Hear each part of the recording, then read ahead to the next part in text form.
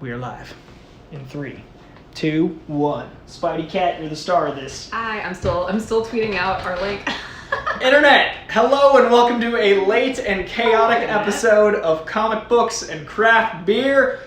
It is Friday. It is, I forgot it was Friday, so we never eat, ever. This is the first time we've thought to get food beforehand, and then we forgot it was Friday, Backfired massively. An hour and 20-ish to get pizza. So now I'm gonna eat my pizza, and Jenny is gonna spearhead all further conversations. I haven't even opened this box yet. If you know me and my personality, and you wonder, does Coy eat pizza like his brain, like a bag of cats? I say yes when they ask what topping. This is 17 toppings. It is? Yes. There's 5 meats, there's 10 vegetables, there's 2 sauces. Is that like half your calories for the day without much even working out, or what? It's cheat day. But it's also like when I want a pizza, I want a calzone that just doesn't have a top. It has a good Rorschach test on the top too. I think that represents happiness. Internet, I wish you could see. It is just. It's like a Christmas wreath. Coy, this is gonna end in tears. It will. Nope. That's all you get. That's as close as you get, Internet. This is mine. I'm very excited. I'm excited for Coy, and I already inhaled half of mine because that's how I roll. Thanks everyone for joining us. We're so last minute always, and you guys show up, and that's incredible, and I love that about Very you. appreciated. We've had to reschedule 3 times for this one. All of them for very legitimate reasons that today we didn't have any, but then the chaos of the day took it over. So I feel like we were like rescheduling just hourly. Yeah. It's like the cheat meal The Rock does, but on one. They didn't cut it. You don't understand how long Coy waited. They messed up part of it too. Did they really? They didn't. Just roll it up and eat it like a burrito. Blaze I won't pizza, say. You're fired. I was like actively about to not throw them under the bus as you were throwing them under the bus. Nope. Well, sometimes when in Rome, don't cut the pizza as the Romans do. Do you need a napkin? If you could get me a napkin and a knife, I don't have a pizza cutter. Hey, do you want to talk about Saga? So Saga is a wonderful saga that we've been on. I'm so glad this show is known for its impromptu nature. Otherwise, I'd be very embarrassed at the 3-minute mark. But fortunately, we do not have a formatted show. We have themes, we have conversation, we have lots of alcohol. I'm not that hobo. I was going to say not that homeless, but I take... a legitimate... I will never be able to use those again for anything. I'll know the barbecue sauce will live forever in the cutlery. Regular knife. So today we're gonna kick it off with a coffee beer because we've had a chaotic day. We need a little wake up. But we also have our traditional Jameson cold brew. So we're gonna have 2 pickup coffee beverages, as well as the deep dive into Saga itself. Now, Saga Volume 3 is. If you haven't read Volume 1 and 2, there will be spoilers for the entirety of the rest of Saga leading up to hiatus. There's no way to thank you so much. Yes. There's no way to thank me is what Coy There's is no saying. way to thank her enough. There's no way to avoid that, so if you haven't read Saga and intend to, go back and watch, Episode 1, we did not spoil. We were very careful. No longer. No. All bets are off. We have genuinely reached the point where, because typically we'll format where we start not really talking about spoilers for the book, and I feel like we can avoid the big one until the very end. Yeah. But for most of this book, the theming, it's going to be unavoidable. So get ready. This is just going to be spoiler palooza. There is one massive one that we will probably wait until at least halfway through, which knowing us could be anywhere from half an hour to an hour and a half. Depends how much drinks in us. Look, I have a 7 a.m. call time tomorrow. Many times was like, hey, do you want to reschedule? She's like, nope, I'm a champion. Well, next Friday I'm playing D&D, so I can't do it. And then Christmas is around the corner. Well, and then I'm leaving town because I'm going to drive Internet because I just said I'm leaving. And I'm not that person. I'm going to quarantine, I'm going to test, and then I'm going to get in my car and not interact with another human being until I get to my quarantined destination. This is going to go horribly. The pizza or my trip? Your trip's going to go great. Great, thank you. This journey I'm going on... This is dangerous. ...is just... The toppings are conflicting. Look, this is why The pizza scissors should have come into play. The amount of sauce, it's buffalo, barbecue, and like a reduction of some kind. That would have reduced my scissors. I don't think they're that fancy. The scissors aren't fancy, Coy, but they didn't oh, cut- there we go, there we go. They didn't cut the pizza. So That's like pizza 101, guys. it literally is the first thing you do when you're done with pizza. I have worked at 2 pizza parlors in my life. I am an expert. Are you happy now? It's cold, but it's okay. Insult to injury. It's such a journey. That's true, though. Just like Saga.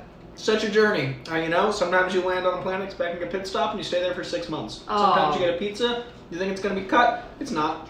Man. Same level of expectation. So getting straight into Saga, we finally get to Fang. Hey! Sorry, my manager's in the chat. Oh, hey! It's like the counter burger in pizza form for you. My manager, Dave Ruddy, excellent man, once brought me to a burger joint and did not know what he was getting into. Oh. So when they asked what toppings, I circled the toppings. Oh, see, because if you said dream pizza, but I was like, I don't have time to type shit out. I'm like, brr. I just said yes. So Ruddy saw me get a 14 topping burger once, because I don't play. I do not play with burgers. Oh, but that means that you got the egg. I don't like egg on burgers. Well, then There's lots of meat you can get on a burger. but a good fried egg with it. Mm-mm. Well, I completely interrupted Saga to talk about burgers while I have pizza. I apologize, but Ruddy knows what a pizza and a burger can be. but that's also on brand for us. It's true. We don't talk about the thing we're actually supposed to talk about. So which why is, the I last think, man? I think the charm. Remember that? The Saga episode of Why the Last Man that we did? Oh yeah. It was great work. It's great. Yeah, so we finally get to Fang. So if you've been following along in Saga, they're mentioning Fang.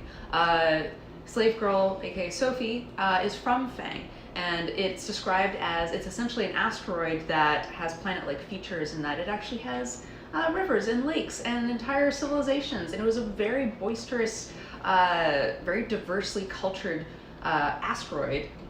And that's part of why it had so many problems, and it became ripe for being, essentially, it is a mobile battleground. Yeah, it becomes a war microcosm to the macro that is the war that's a common theme in Saga.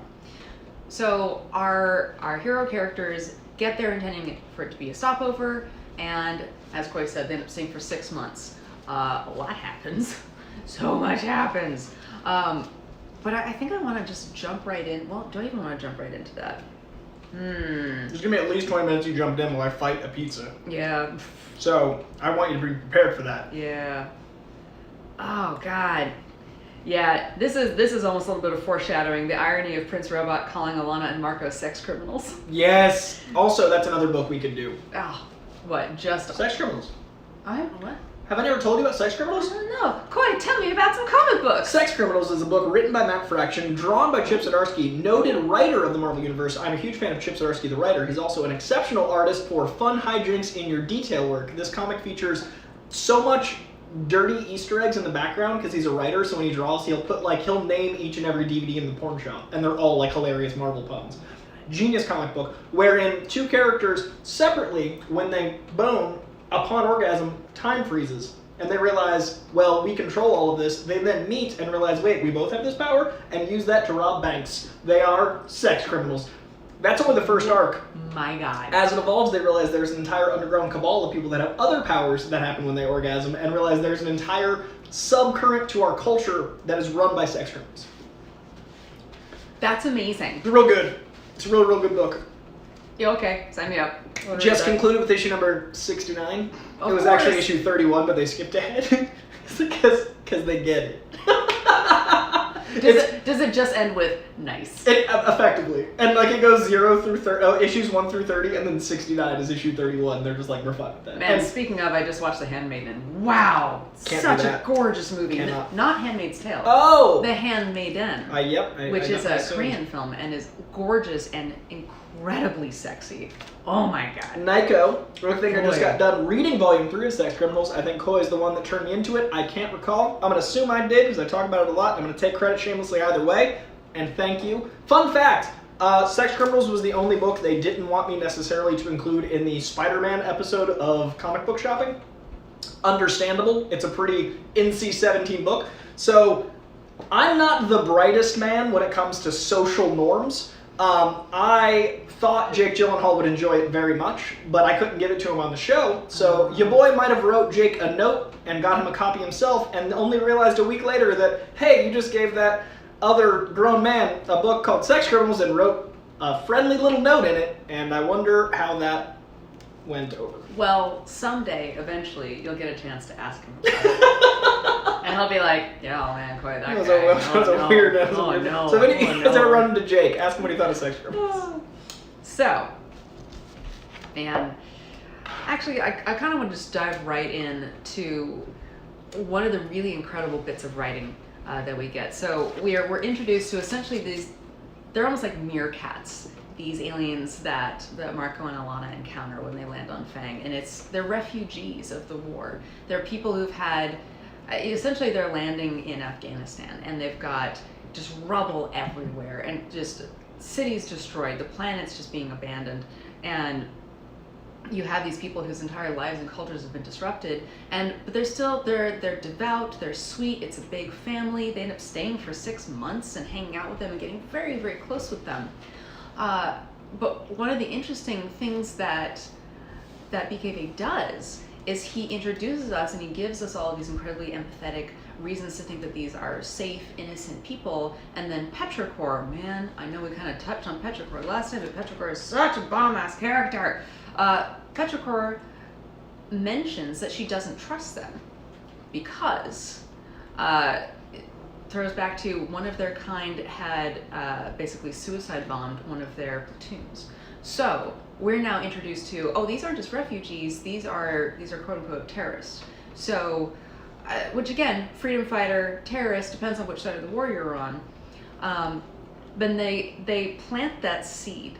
And then the next time that we see any of those characters is one of the little boys is holding a gun that he's found and just making full this splash page opening the comic. And immediately, what I noticed is I immediately read that page differently than I would have if Petrichor hadn't dropped that little nugget of doubt. And I just thought that was fascinating writing. It's really on brand with what they've been doing the entirety of Saga, with all of the commentary on everything. But God, yeah, it made me think, and it made me feel bad about it, and it just made me really aware of it. And the nuance of what war represents to each side, and the fact that this whole book's about war, but it doesn't feel like a war book. Yeah. Like, they're able to pace it out so when they go back to the war scene, you're like, oh right, we're still at war, but it doesn't feel... War books tend to have a certain flavor to them that feels very contained to the war. This feels like a space opera that also has a war that's been going on for generations.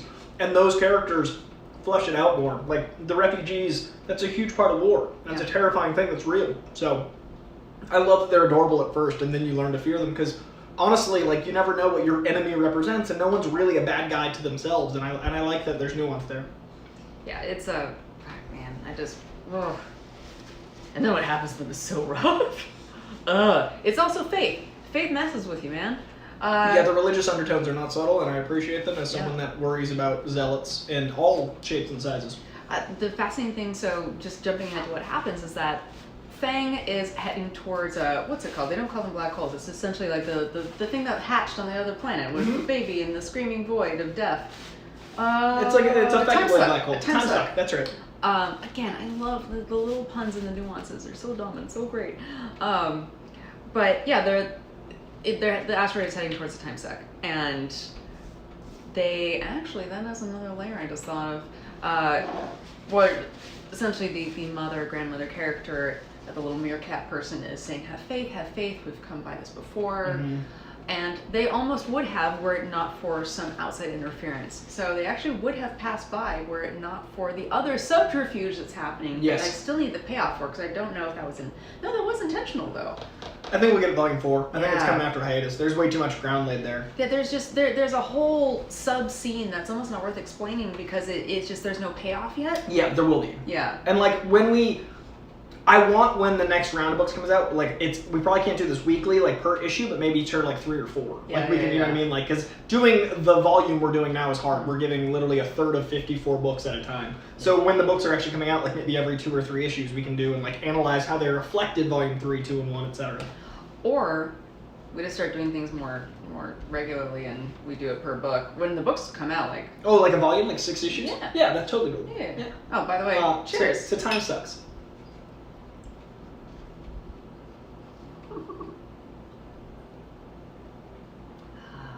I love it so much. Spidey. Spidey is internet. My son Spidey Cat. I'm sure you know him. He's the best of us. He is very much enjoying this moment. He thinks Saga is swell too because every time Jenny comes over, that's 2 people to give him pets while they talk about this Saga thing. This is Jameson Cold Brew, one of the greatest liquors of all time. This is so smart. They did such a good job. Jameson, not a sponsor of the show, but if they ever become one, this show can be daily. Frankly, It could be. it could be daily. Oh, That could be a breakfast, that could be a lunch, that could be, it's the pizza bagel of alcohols. Because when Jameson's in a coffee, you can drink Jameson anytime. Good callback. Right? I'm just proud of you.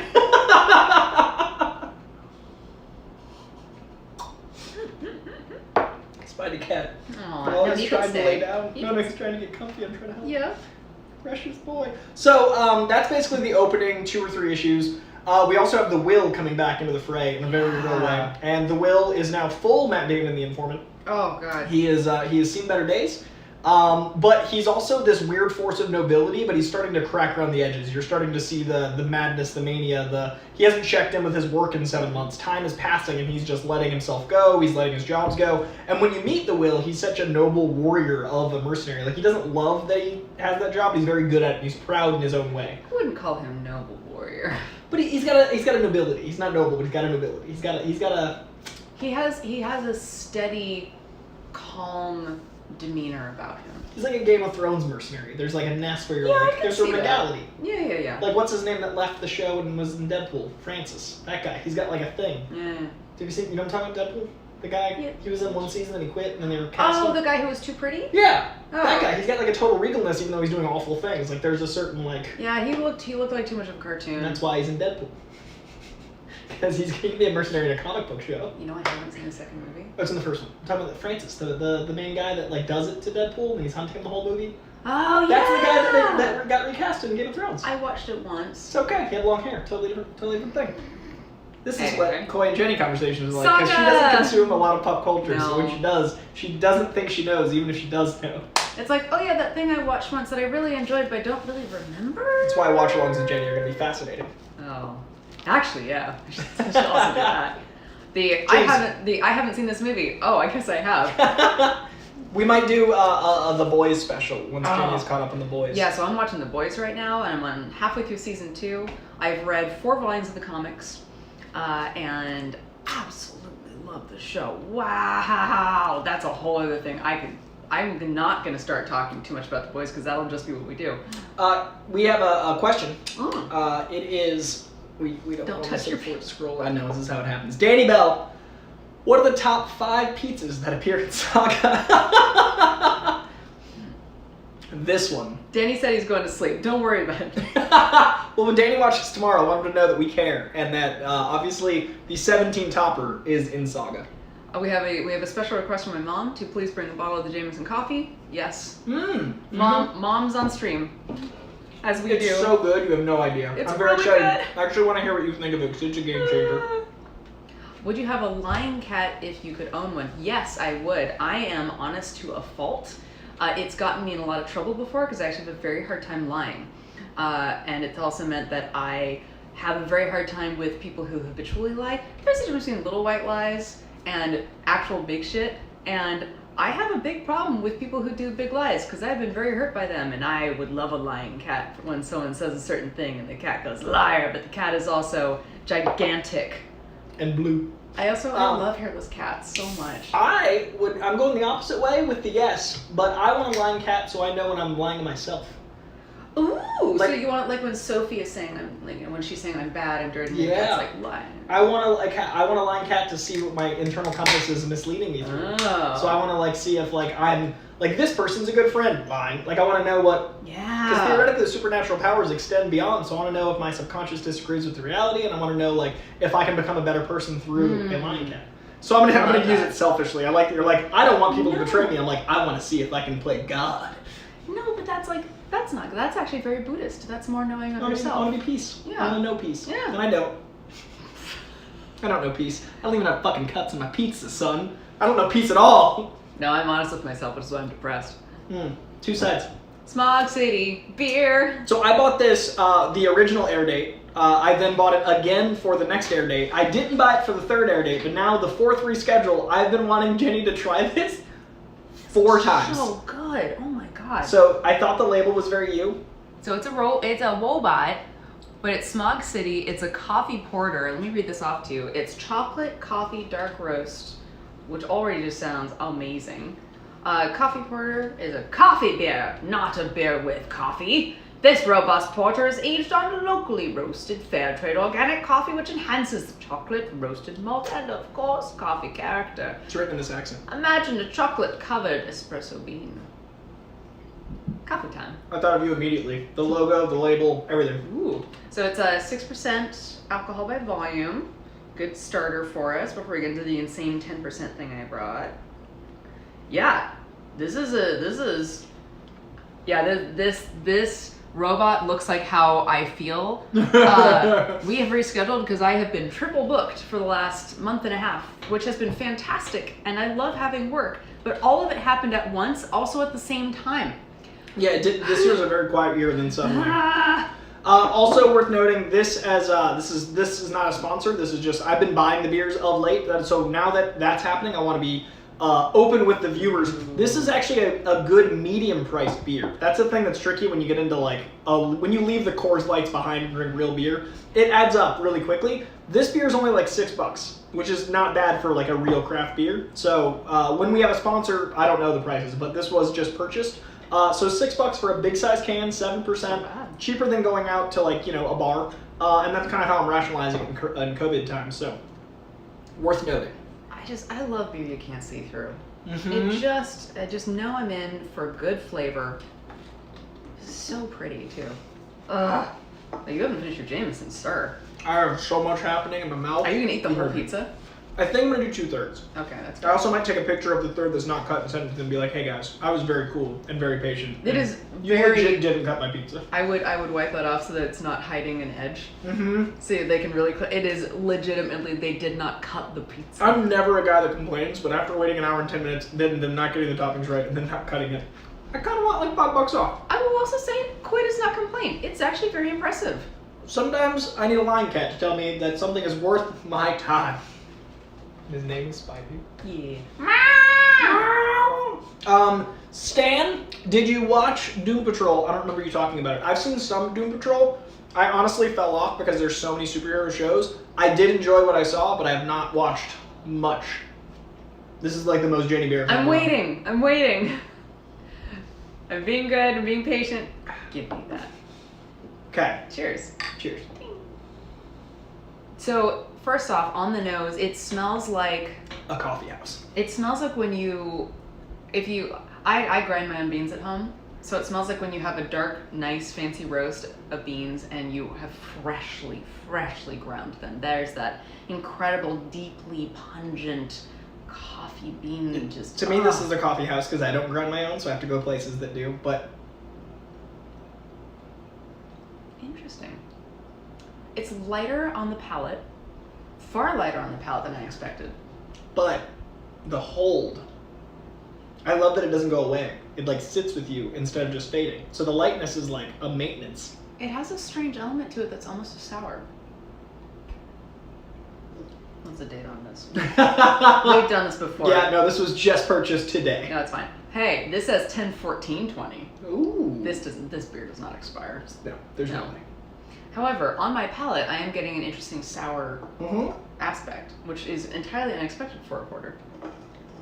I love the weight to it. Like, I like that it's light and then it settles in, and it's like a full-bodied flavor, even though it's not a full-bodied weight. Like, the beer isn't heavy, but the taste is. That's throwing me off. Oh, really? Yeah. I like that about it. I'm having a hard time with the fact that it feels like it should have a bigger mouthfeel. I like beers that I feel like I can jog and drink, but also have the heaviness of like a Guinness. I'm a very complicated beer drinker. Because I don't want to like be full after one beer. I want to like drink. Fair. I feel like I could have like 9 of these. I don't like that though, because that gets expensive. I mean, it's not expensive, but I like that I don't feel like I had a loaf of bread. I'm gonna give it a time, but right now I'm not. It's interesting because I would have thought this was very much your steez after the many procurements of it. I think for me it's because it's so light on the palate, and because there's that sour. To me, it is a heavy beer in flavor, but light beer in execution. And I thought that was a cool, unique. Which is it's fascinating. I will definitely give it points for the fact that it is entirely unexpected. Fair? No, like I'm not mad about it.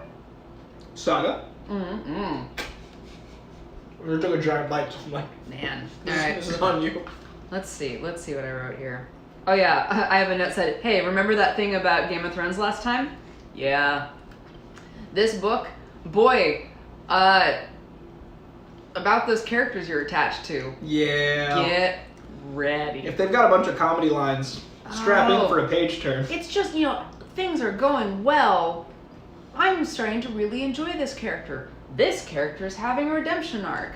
This character is having a really fun, tete-a-tete, and they've formed a really nice relationship with that other character that they were actually antagonistic with before.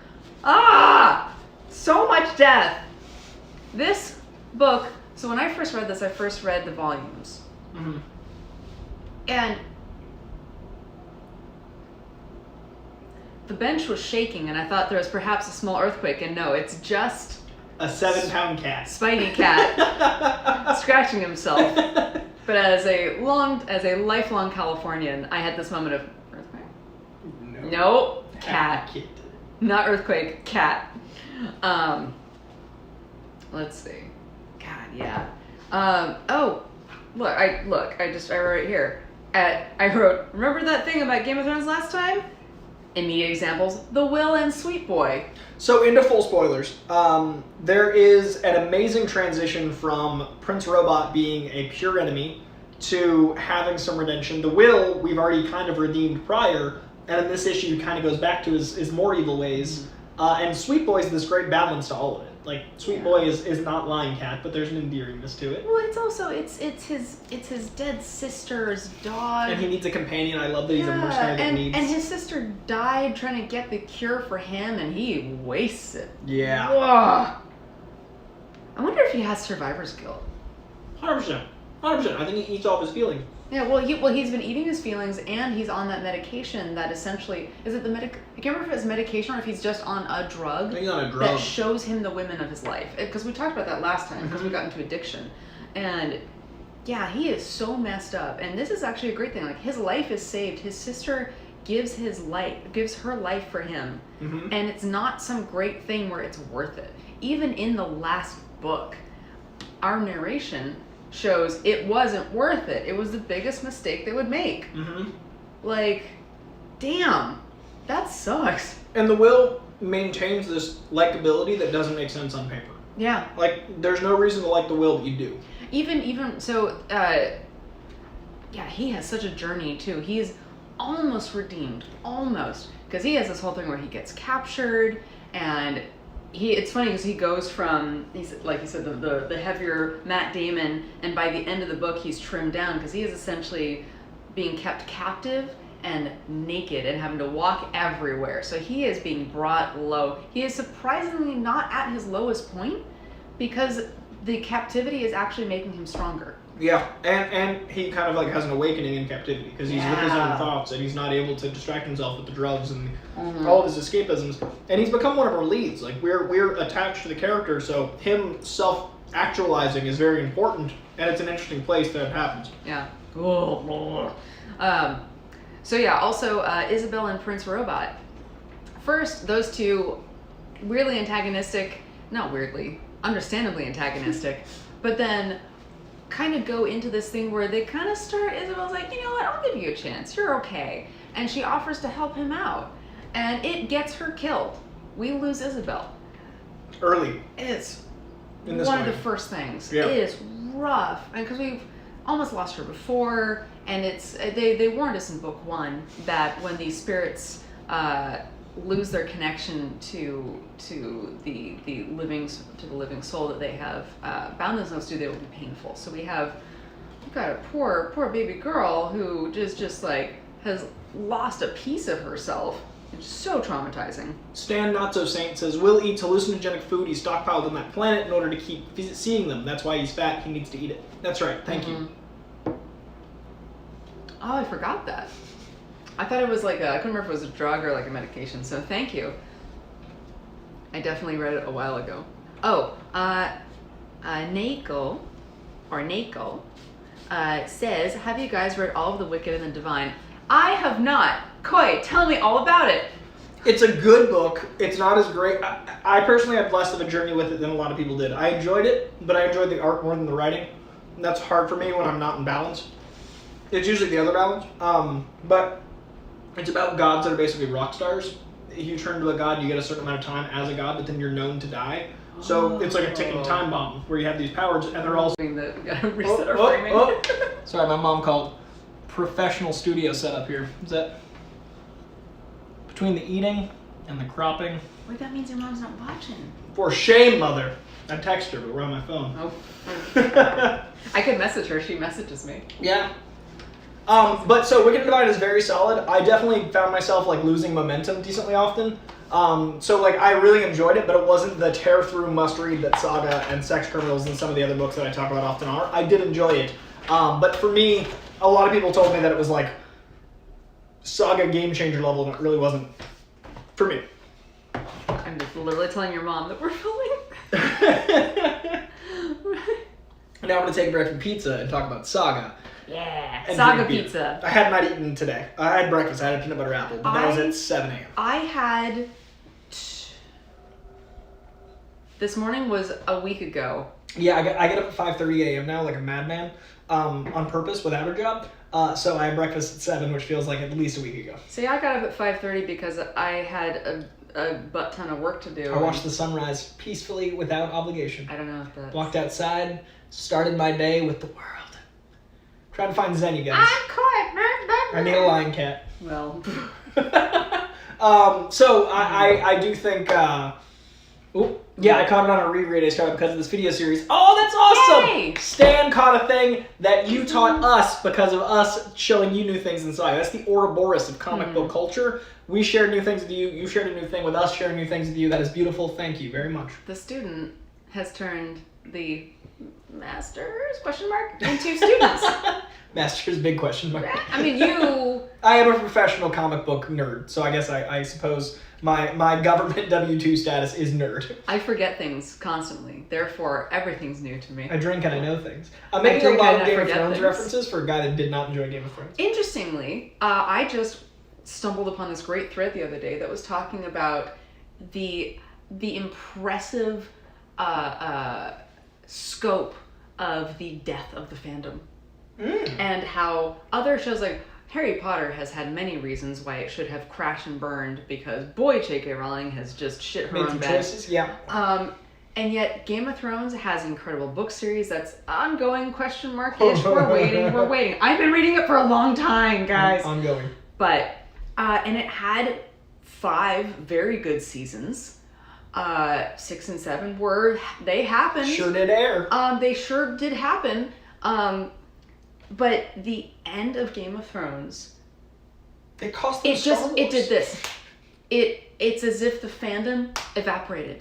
Because there are all sorts of shows that aren't going forward, etc. Hey, my mom's in the chat. Yay! We also acknowledge when you lean back, the frame that is Spidey Cat right here, like Spidey is the third, and he got his light, he got his shot, and I'm very proud of him. Like Spidey is in the show today, and he's putting in the work. I love it. Okay, so what was our next thing after the will? Oh, Phil, yeah. We covered the will. Oh, so what I was talking about was in terms of things are going well. We have the Will and Sweet Boy. The Will is finally getting his shit together, and Sweet Boy is killed by the person who ends up taking Will captive, and it's it's a gut punch. It's like, hey, remember you're reading Saga? Yeah.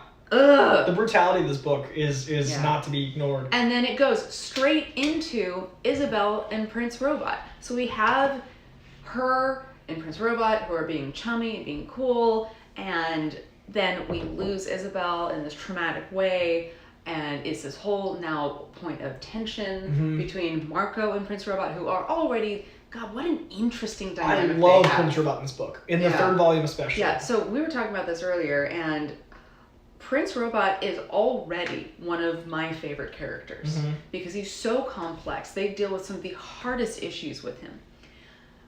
And the scene of him jerking off to introduce him in this arc, like in the Volume 3 jerk-off arc, where you see him flipping through channels and he's literally like addressing a lot of his stoppages. His issues. Like his issues, the things that, the blockages, that's what I was trying to think of. Like, the things that block him, and it's this really traumatizing read, and it's like 3 pages. And that's the power of the medium of Saga, and that's one of the reasons I don't think it would translate as well to TV or film as a lot of other programs, because how would you show that?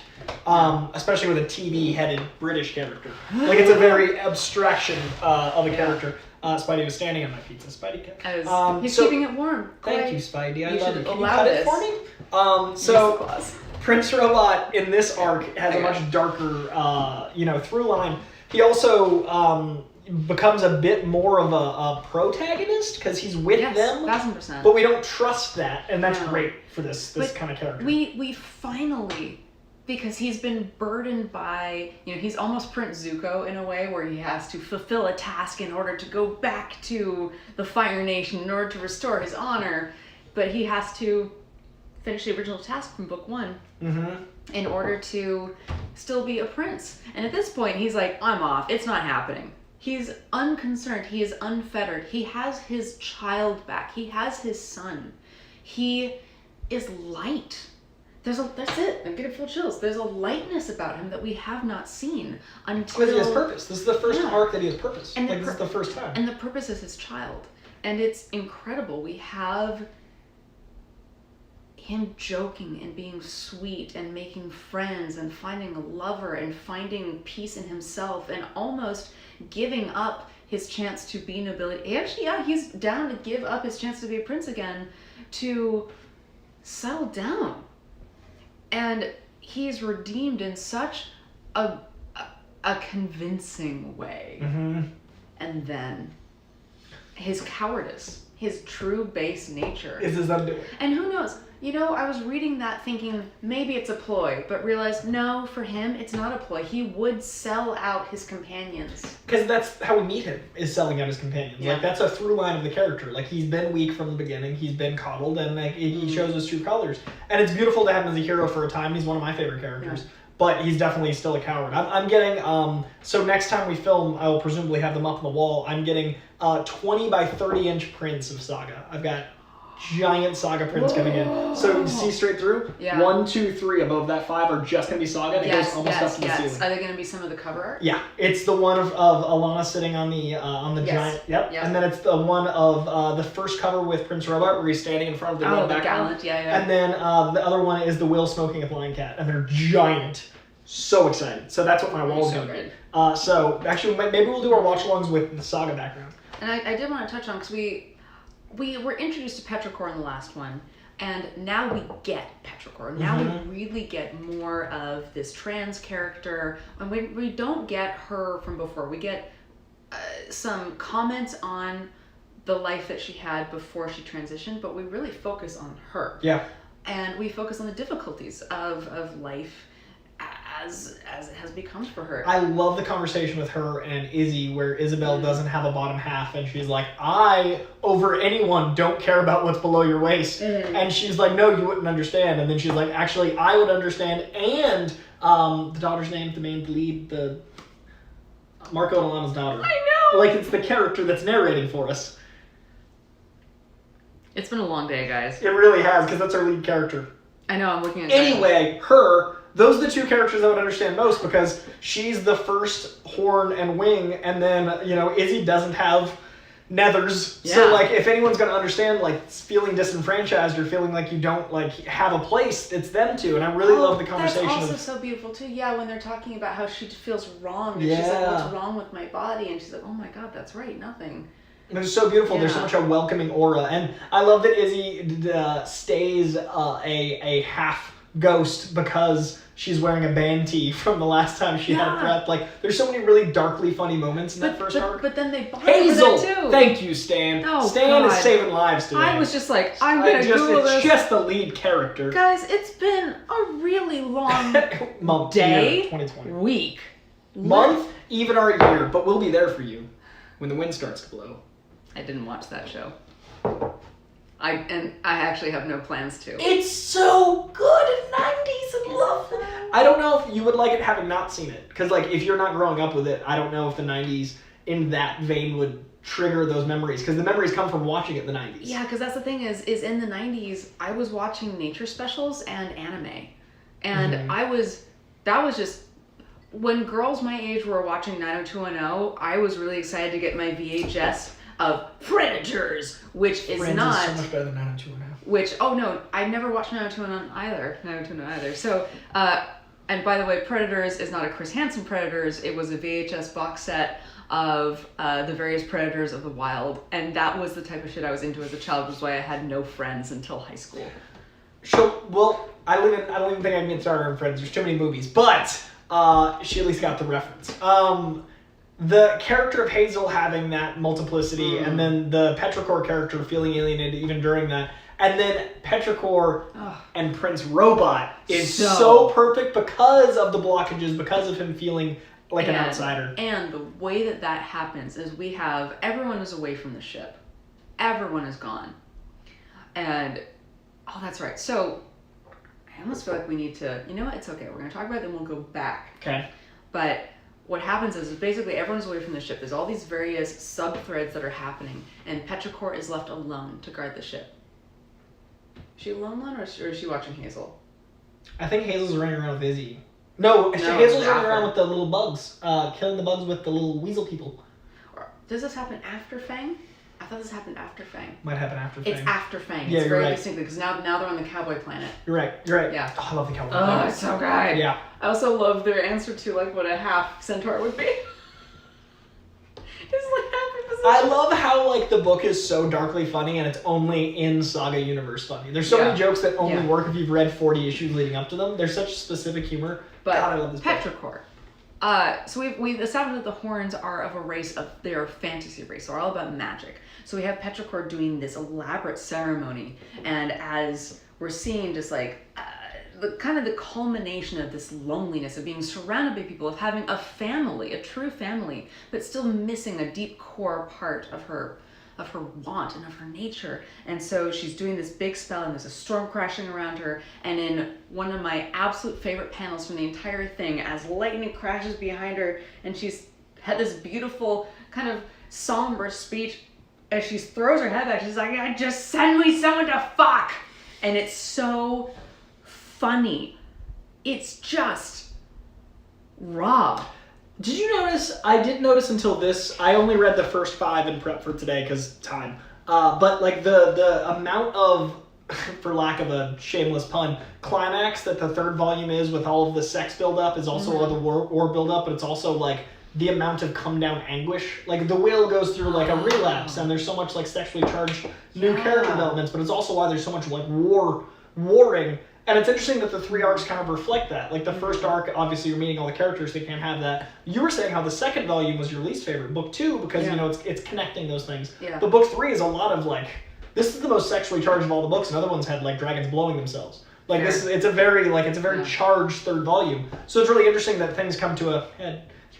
In so many like punny but non-punny ways. But Petrichor and Prince Robot, it feels like they set that up in the beginning. Yeah. Like with him first and then her. And it's so perfect because we have Prince Robot, who is so repressed, and especially being of royalty and being expected to have, and he's just gone through so much, and he has so many issues, and he clearly wants to explore that aspect of himself, but he's not able to. Mm-hmm.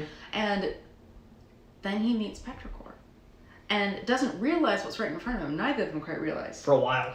And then when it happens, there's this moment of connection and of finding, and it's so beautiful, and it unlocks this ease in Prince Robot, where he finally doesn't have to hide who he is. He's still not open, right? But he has found what he's been looking for this whole time. And they both are like not unlikable characters, but they're both so reserved it's hard to read them. Like not in the book form, but like hard to know them. Well, and that changes that to me. That's the thing, is they really aren't open with anyone else. Like you maybe get a little bit of openness between Petrichor and Hazel. Yeah. But you're not getting Petrichor spilling her secrets to everybody else. And then she finally finds someone who doesn't just not care, but is enthusiastic about her body and about who she is. Yeah. I love that Petrichor finds herself before, things get even darker. But like, I really think it's interesting that they gave us a character in issue 3. Like Prince Robot's a very early character. Yeah.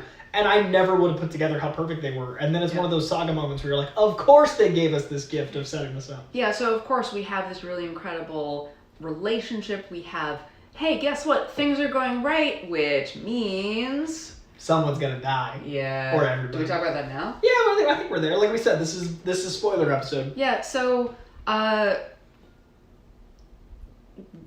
Prince Robot, this is it for him.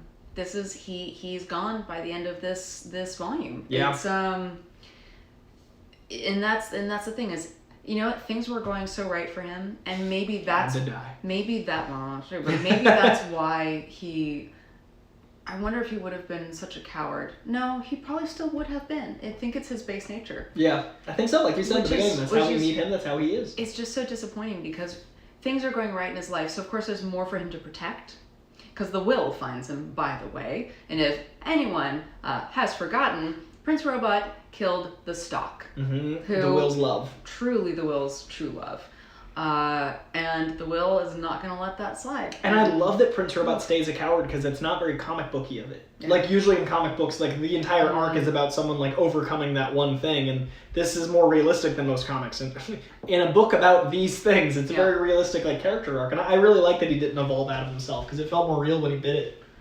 Yeah, that's actually a really good point. He never got comeuppance, and I like that. I like that he was having this arc.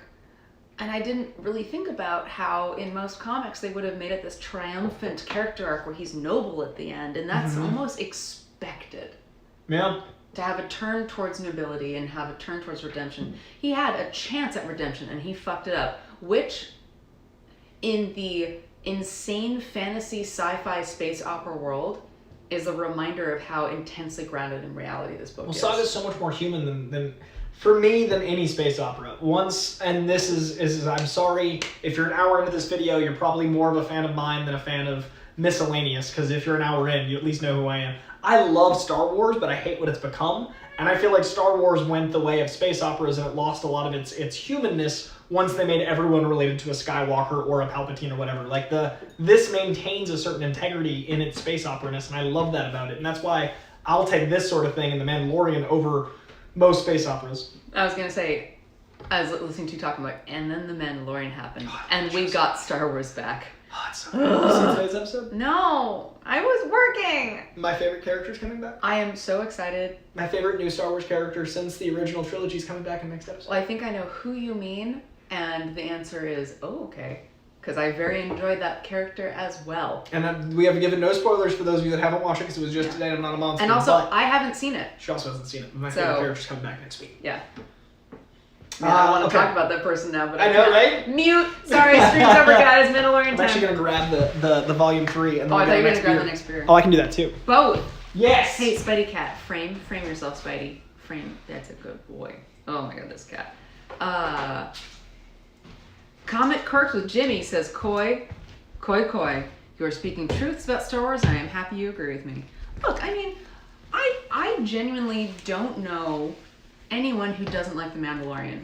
And I am in very close proximity to the actual biggest Star Wars fans I know. And I'm talking people who work with Star Wars. I'm talking people who are such lifelong fans that they have made it their life. People who kind of don't really talk about anything else. Even Sam loves The Mandalorian, and that dude knows more about Star Wars than anybody on the planet. Yeah. Like, that man meditates Star Wars and then voices Darth Maul. I thought he did Thrawn. I wasn't paying attention. I haven't seen. I think he does Maul. I thought he did Thrawn.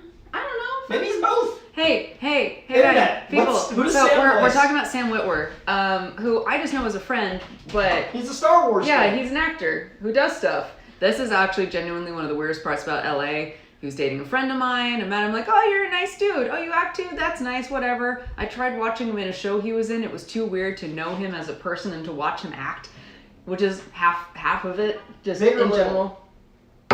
Do the mud half, just because I was warned about that one.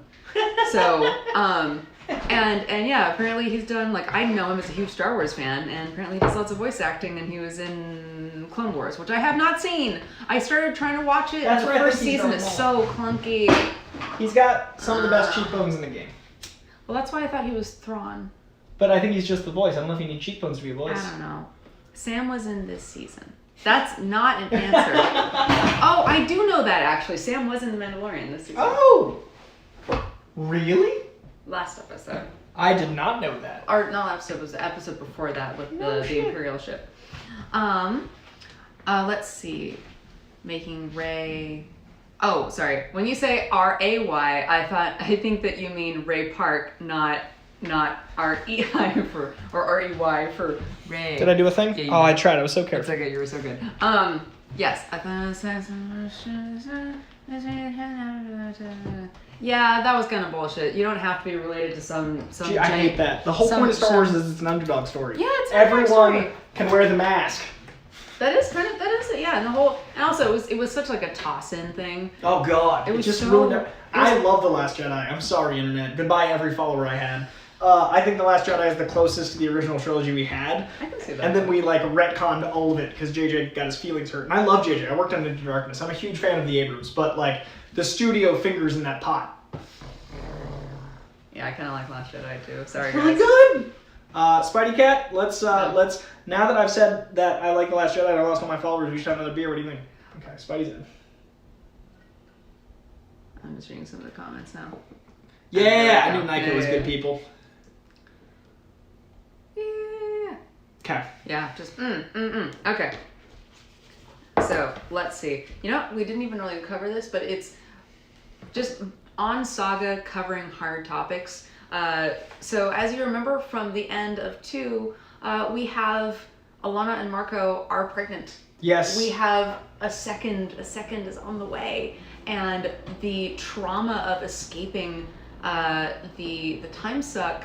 Essentially, a lot happens, and Alana gets slammed within the ship, and she loses the child, and I cried so many times reading each thing in this volume. Not so much this time read through, but the first time I read it. And this fucking book, dude. Ugh. But yeah, so there's so much death, there's so much loss. They lose their second child, who is very far along. And so the problem is it's so far along that she needs to get an abortion. So they literally go to the abortion planet. Which is a messy place. Before we get there, I need to show you guys one of my favorite pages in all of comic books. It is much earlier in the story than when we talked, but I had pizza in my hands and I couldn't share it. Yeah. Izzy is a ghost, and she can manifest horrors and ghosts in order to protect herself and those she loves. So you know how in modern zombie lore they say brains? This joke is perfect. Izzy is projecting ghosts to protect her family. Taints. It's so dumb. It's so It's so good It's so because she dumb. doesn't know pop culture because she's an alien and they're saying taints. And I'm a child, so I like taint jokes. Oh, actually, look up. It was a good effort, Isabel. Look at page 133 for me. Oh, that's 100 pages from taints. Yep. Skipping ahead. Sometimes you gotta leave that taint behind. Sometimes taint nothing about it. Taint nothing but a G thing.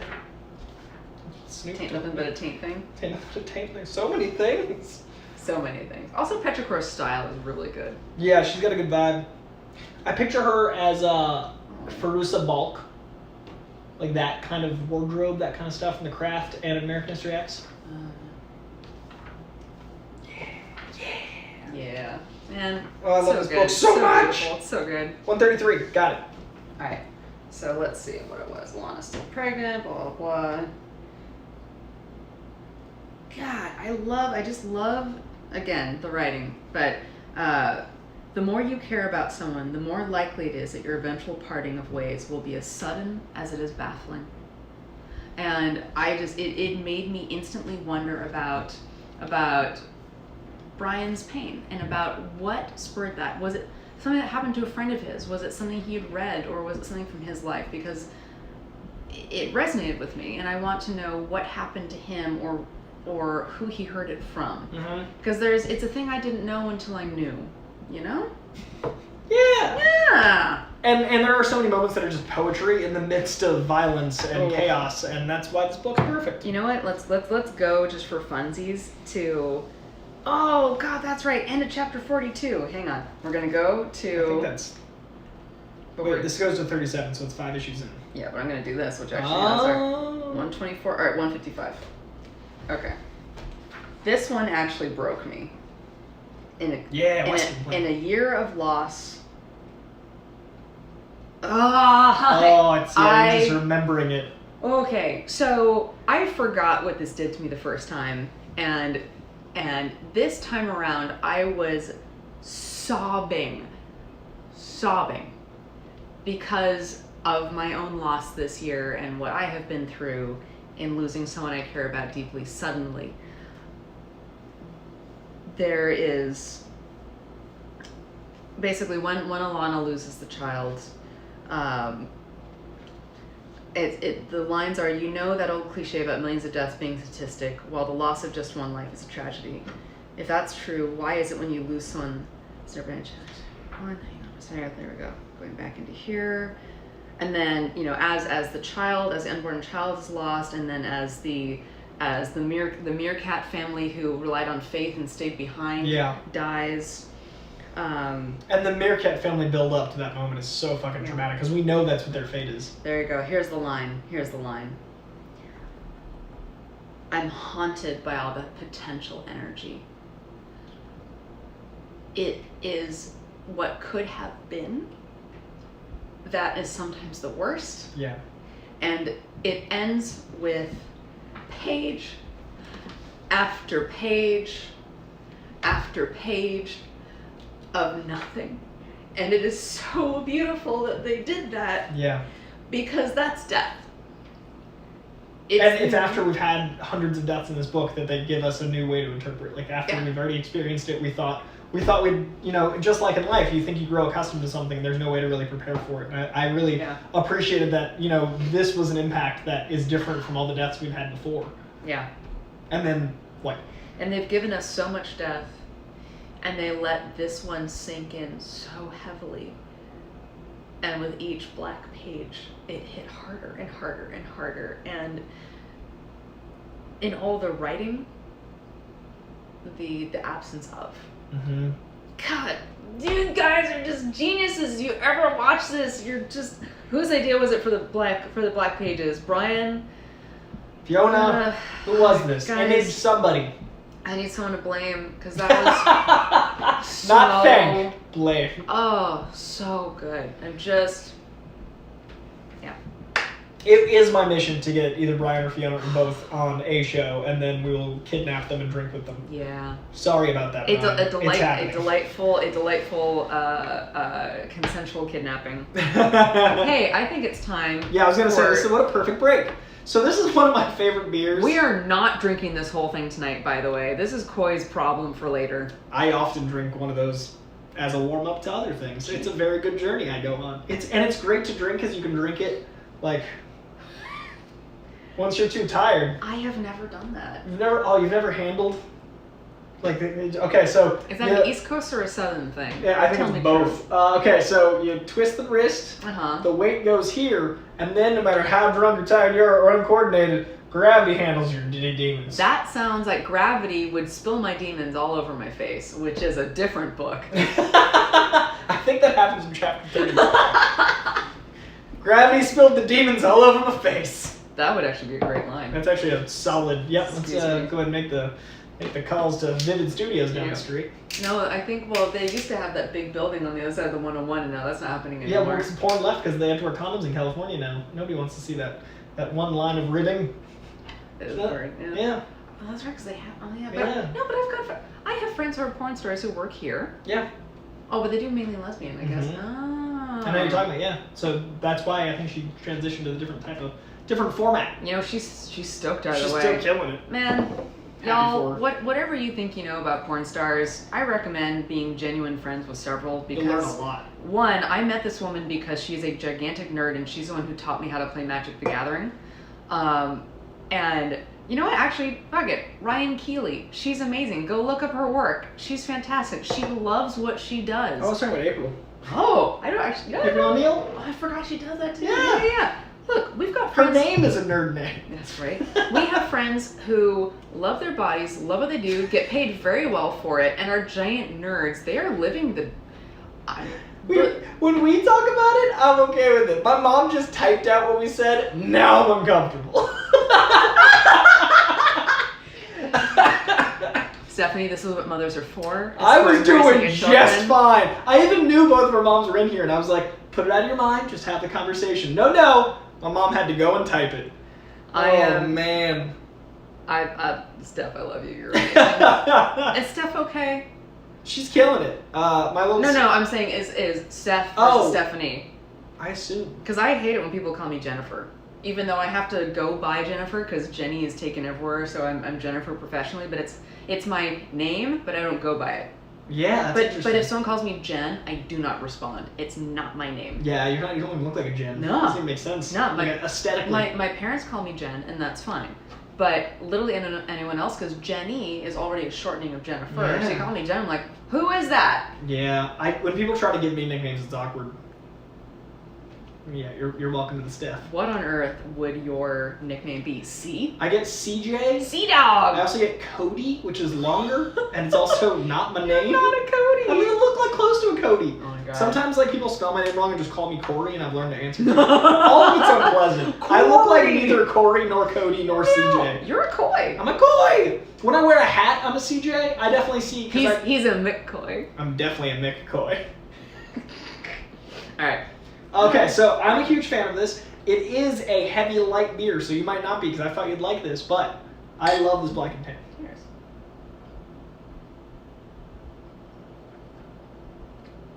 I don't like heavy light beers. That's an interesting lesson, because I was thinking winter, but it's still LA, so I was thinking like heavy light. You know what? I think I realized that it's distressing. It's like when it's like those videos of the dogs who think their owners are behind the curtain and then they're not, and they're just It's Spidey dinner food, time. and they're just upset by it because there's beer in my mouth and it's gone. There's no lasting flavor. It's a porter and a pilsner. It's got some robust oaky notes. Dating back to the 18th century England, the custom of blending pale and dark beers has kept the black and tan a favorite of experienced beer drinkers for centuries. I usually get these in Ireland, or like when I went to England and Ireland, I had a ton of black and tans of different varieties. Our famous recipe combines a robust classic porter with a fine continental pilsner, preserving the character of each while creating the classic taste of the legendary black and tan.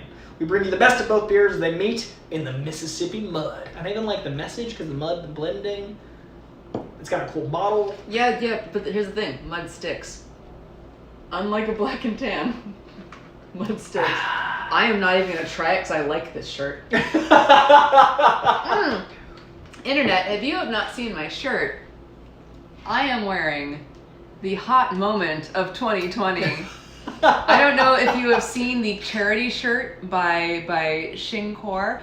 She's an incredible artist, and she sketched this out whilst drunk while playing D&D, following this hilarious debacle with the Four Seasons that was not the Four Seasons.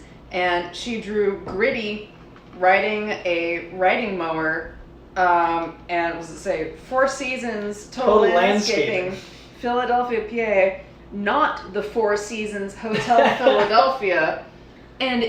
And the proceeds from this shirt, which can be found at, I believe it's a Shop Class in Threadless. The name of her store is Shop Class. And it all goes to charity. All the proceeds. So rad. She's basically making none of this. And she has been posting all the transparency for where all the money is going.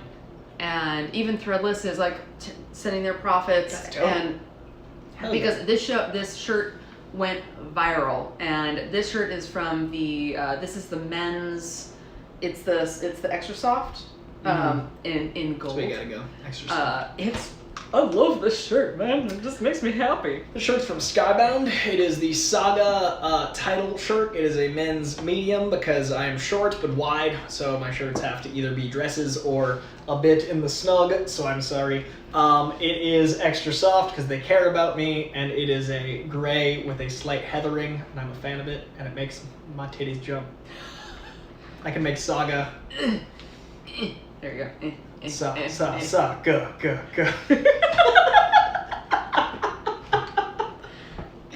And that's how I have a very specific audience.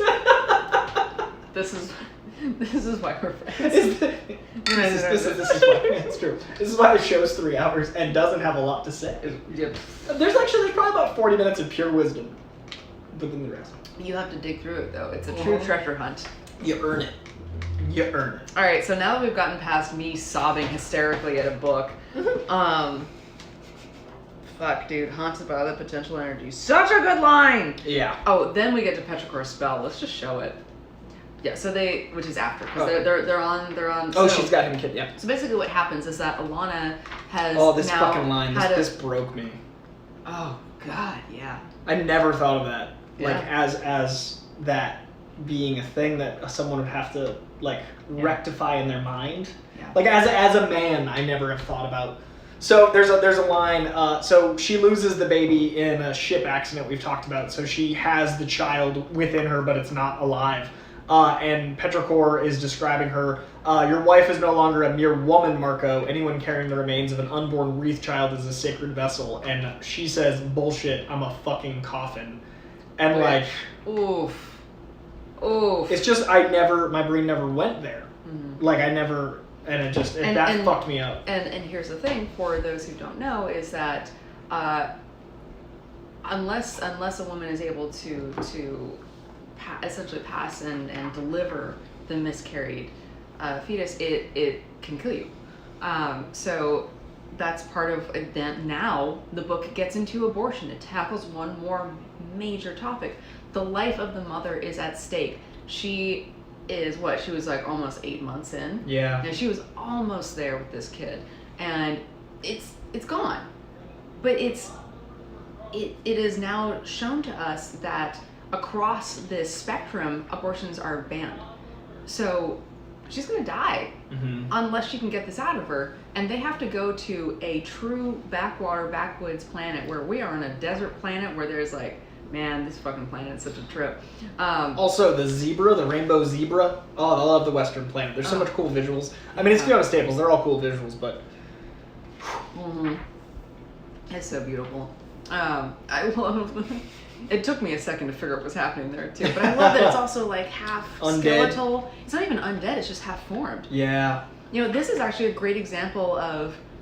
He's also in the middle of it. Yeah. So we have a centaur, a traditional centaur, and a human-looking man, and their child, who's not a kid anymore. It's maybe mid-20s. He's maybe mid-20s. Yeah. There it is. That's the thing. Oh yeah. And we have essentially the body of the horse, and then they're kind of in the middle, almost like they're sitting like a rider, but then the horse head is kind of half formed, but more like half skeletal in a really cool way. And it's just it tackles, because I assume that that's not a normal happenstance, and yet bless you, There it is. I had the second one. It was just waiting for me. Yeah. So I mean, in speaking of interspecies and questionable genetics, there's so many commentaries in throughout all of our supporting characters, and they kind of lend to the world and the questions of genetics. And then the scene that Jenny was talking about, Oh yeah, when Petrichor is doing the spell, I love it so much. It's so epic. It's such a good book. It's so funny. And also, just FYI, just basically as soon as she does that spell, she's attacked by the kind of cowboy family who are very conservative, as you can tell, and that's when Prince Robot saves her, and that's when I forgot about the other guy. Yeah, I mean he's basically there for a flashback. I just forgot because I felt so betrayed the first time. What? That she'd had more than one lava? Oh, that's right. No, that where they put it in the book is so you feel guy. Betrayed. Yeah. That other guy. I thought you were talking about the guy who was going down on all. Oh no. I was like, that's weird. Oh yeah. So one of the really cool things that's happening to Alana, once her. Does it happen when her child is still alive, or it's after the child was passed? It's after the child. After the child's passed. Is Alana essentially, because the child would have been a child of Wreath, and we already have established that Hazel has access to magic, which the wings should not have. But Alana's unborn child is transferring its magic to her. And the more powerful she gets, the more clear it is that her life is in danger. But what happens is that she manifests through her magic this image of their unborn son, which is brutal. And it's not just an image, it's an interactive thing that Hazel gets to meet her brother. It's so fucked up. Which but is beautiful, but fucked up. And I realize this is a foreshadowing thing. I totally missed it because I was so deep in the pain of loss. I'd forgotten all about it because I was so deep in the fucking... But I mean, the foreshadowing here is when she's talking about the potential energy. If that's true, why is it when you lose something that's never even had a chance to be born, why is it so painful? And she drew the brother. Yeah, and she's talking about you never get to meet someone. Why is it so painful to lose someone who... It's just talking about the pain of miscarriage from the child's perspective, from the mom's perspective. And then we actually get the unborn son, that her brother, their child, they get to meet him, talk to him, see what he would have been, and whoa, rough. It's that beautiful, bittersweet what if that, wouldn't we all want a chance? And yet. So through magic we meet, oh man. There's so much in this book. Oh right, and they named him Curdy, which is the name of the little meerkat boy who we lost and tragically went through the experience. Yeah. Oh, and look, I love... So there's a thing, because it's not quite a fully formed projection. And so when Hazel is hugging, they sort of meld. Ugh, the imagery. And I bet that was all just Fiona. Fiona Staples just being a genius. Ugh. How dare you, Fiona? How dare you? You're such a good artist. It's really upsetting. And the character design to the backgrounds to the leads. There's just nothing she does poorly. Mm-hmm. Which is frustrating. Welcome back, Comic Quirks with Jamie. What's your next note? All right, my next note. Because I just go page by page. Yeah, page 224. Oh, I was on 223. Allow me to turn the page. Okay. So, I'm going to get a little bit into my own relationship with my dad right now. My dad is a great teacher to others. And I don't know what it is about us and our dynamic, but I basically almost fight with him instantly if he's trying to teach me something. And I don't know what it is about our dynamic, but to me, he's not a great teacher. I think you have a very specific... I've heard you on the phone. Trying to think of a way to be polite. My dad and I butt heads a lot. My dad is extremely intelligent, and it's hard being his daughter because there's a lot to live up to. I think you both square up. That's the way I was trying to think of. I think when I've seen you get on the phone, I see you and then I'm like, all right, just let her dad on the phone. Yeah.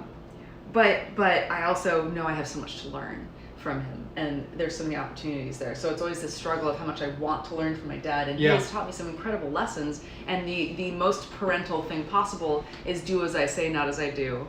So I credit a lot of who I am, not necessarily to who he is, but to who the image of who I should be, that he gave to me, that I've held on to.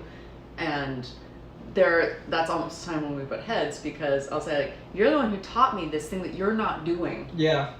I learned it from you! Sir, it's I learned it from you, but you're not doing it. So I definitely didn't learn it by example. It was more of a lecture, really, that I put into practice. But there's still something so beautiful about that relationship. And if you have had a life where you've not had a father or a father figure, you've then learned it from your mom, or you've learned it from some other adult in your life who has been that figure for you. But there is something just so beautiful about a father teaching his child not to believe in themselves, not to doubt themselves, but the phrasing is doubt what is impossible.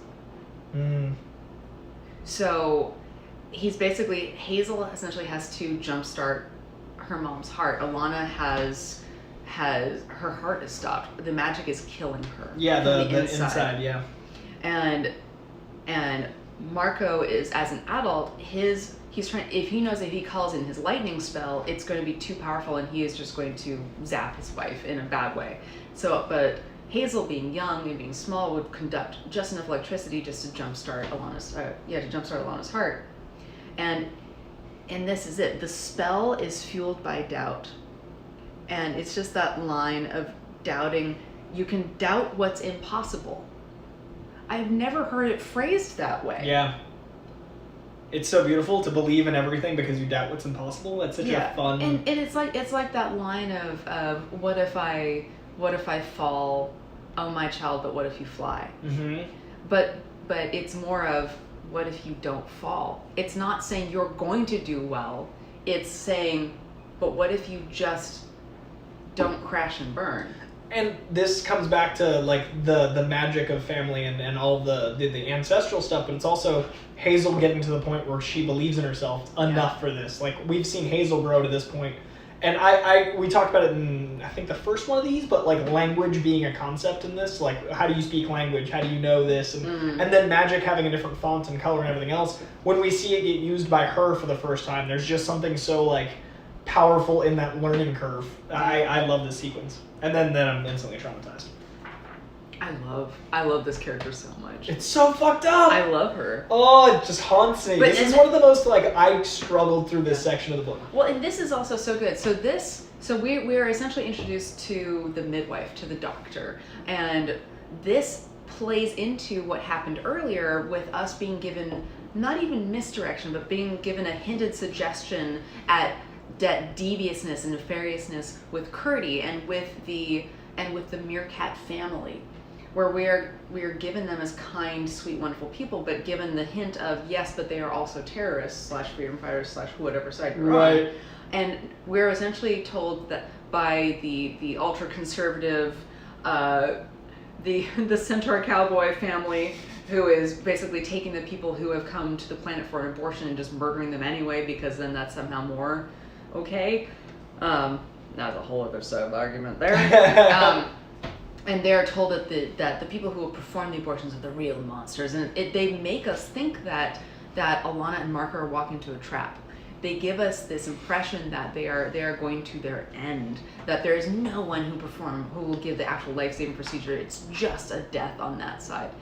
And it gives us a horror show. We essentially have what looks like a werewolf, and its teeth are hanging, and there's blood from its claws, and it's written in heavy ink, "You're in such very good hands." And it's like, go ahead and show the page. It's so fucked up. It's great.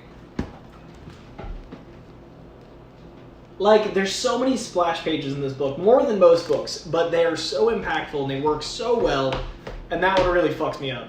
Because I remember being like just uncomfortable for this. Also, I love every so often I have dialogue that really sings for me, and this book has that like every 5 pages. So even just looking through just now, "We beg in your mercy, sir. Kindly show a little mercy." And he says, "Fuck your mercy in the face." Yes, thank you, Brian K. Voss. So good. Fuck your mercy in the face. God, I love this comic. Yeah. Ugh. Yeah, it's like it's looking at its chops, look at all this stuff. But this is the midwife. She's the end wife. She helps those at the end. God, she helps those in need. It's so good. And she has pups, and they're just full of. But that's also just circle of life, man. Yeah, it's so. We eat chicken eggs. Yeah. I don't, but. So I actually have. I eat all sorts of other meat, but not eggs. Real quick. Sidebar, as I tend to do every time into one of my D&D games. One of my characters in a recent thing, we are going into a town where we're fighting were-rats, and I'm asking about, are they really bad? How bad are were-rats? Not as a player, so I'm not metagaming, but as the character asking, okay, but how bad are they really? Are they really all bad? And the shopkeeper we're talking to says, well, they eat babies. And I say, well, do you eat lamb? Veal. Do you eat veal? And he's like, I was like, my favorite shit is morality chicken omelets because it's multi-generational. That's why it's called oyakodon. It's so fucked up. When you Yeah. eat chicken with eggs, it's like generational problems. Yeah. And like, I eat chicken. Eggs personally, they taste like they smell to me. I don't get eggs. But that's why I don't put it on burgers. They taste like sulfur. That's a wrong when I egg. smell an egg, it tastes the exact same. I wonder if that's like one of those things where people who Those poor, poor, poor people, and I'm so sorry if you're one of them who can't have cilantro. Oh, I think it is one of those things where my olfactory sense is stronger. Like, I literally smell an egg and that's all I taste. I can't have them scrambled. I can't have them fried. I can't egg. I love eggs. I've just realized that egg whites are a horrific source of inflammation, and I'm a very injured person. So egg whites give me pain. So much pain. Everything hurts all the time.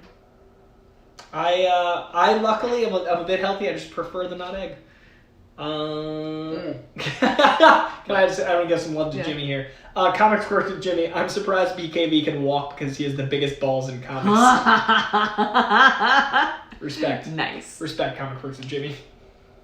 Yeah, this whole sequence with the wolves and the I love the writing of it, and I think it's beautiful, the midwife, but woo. Yeah.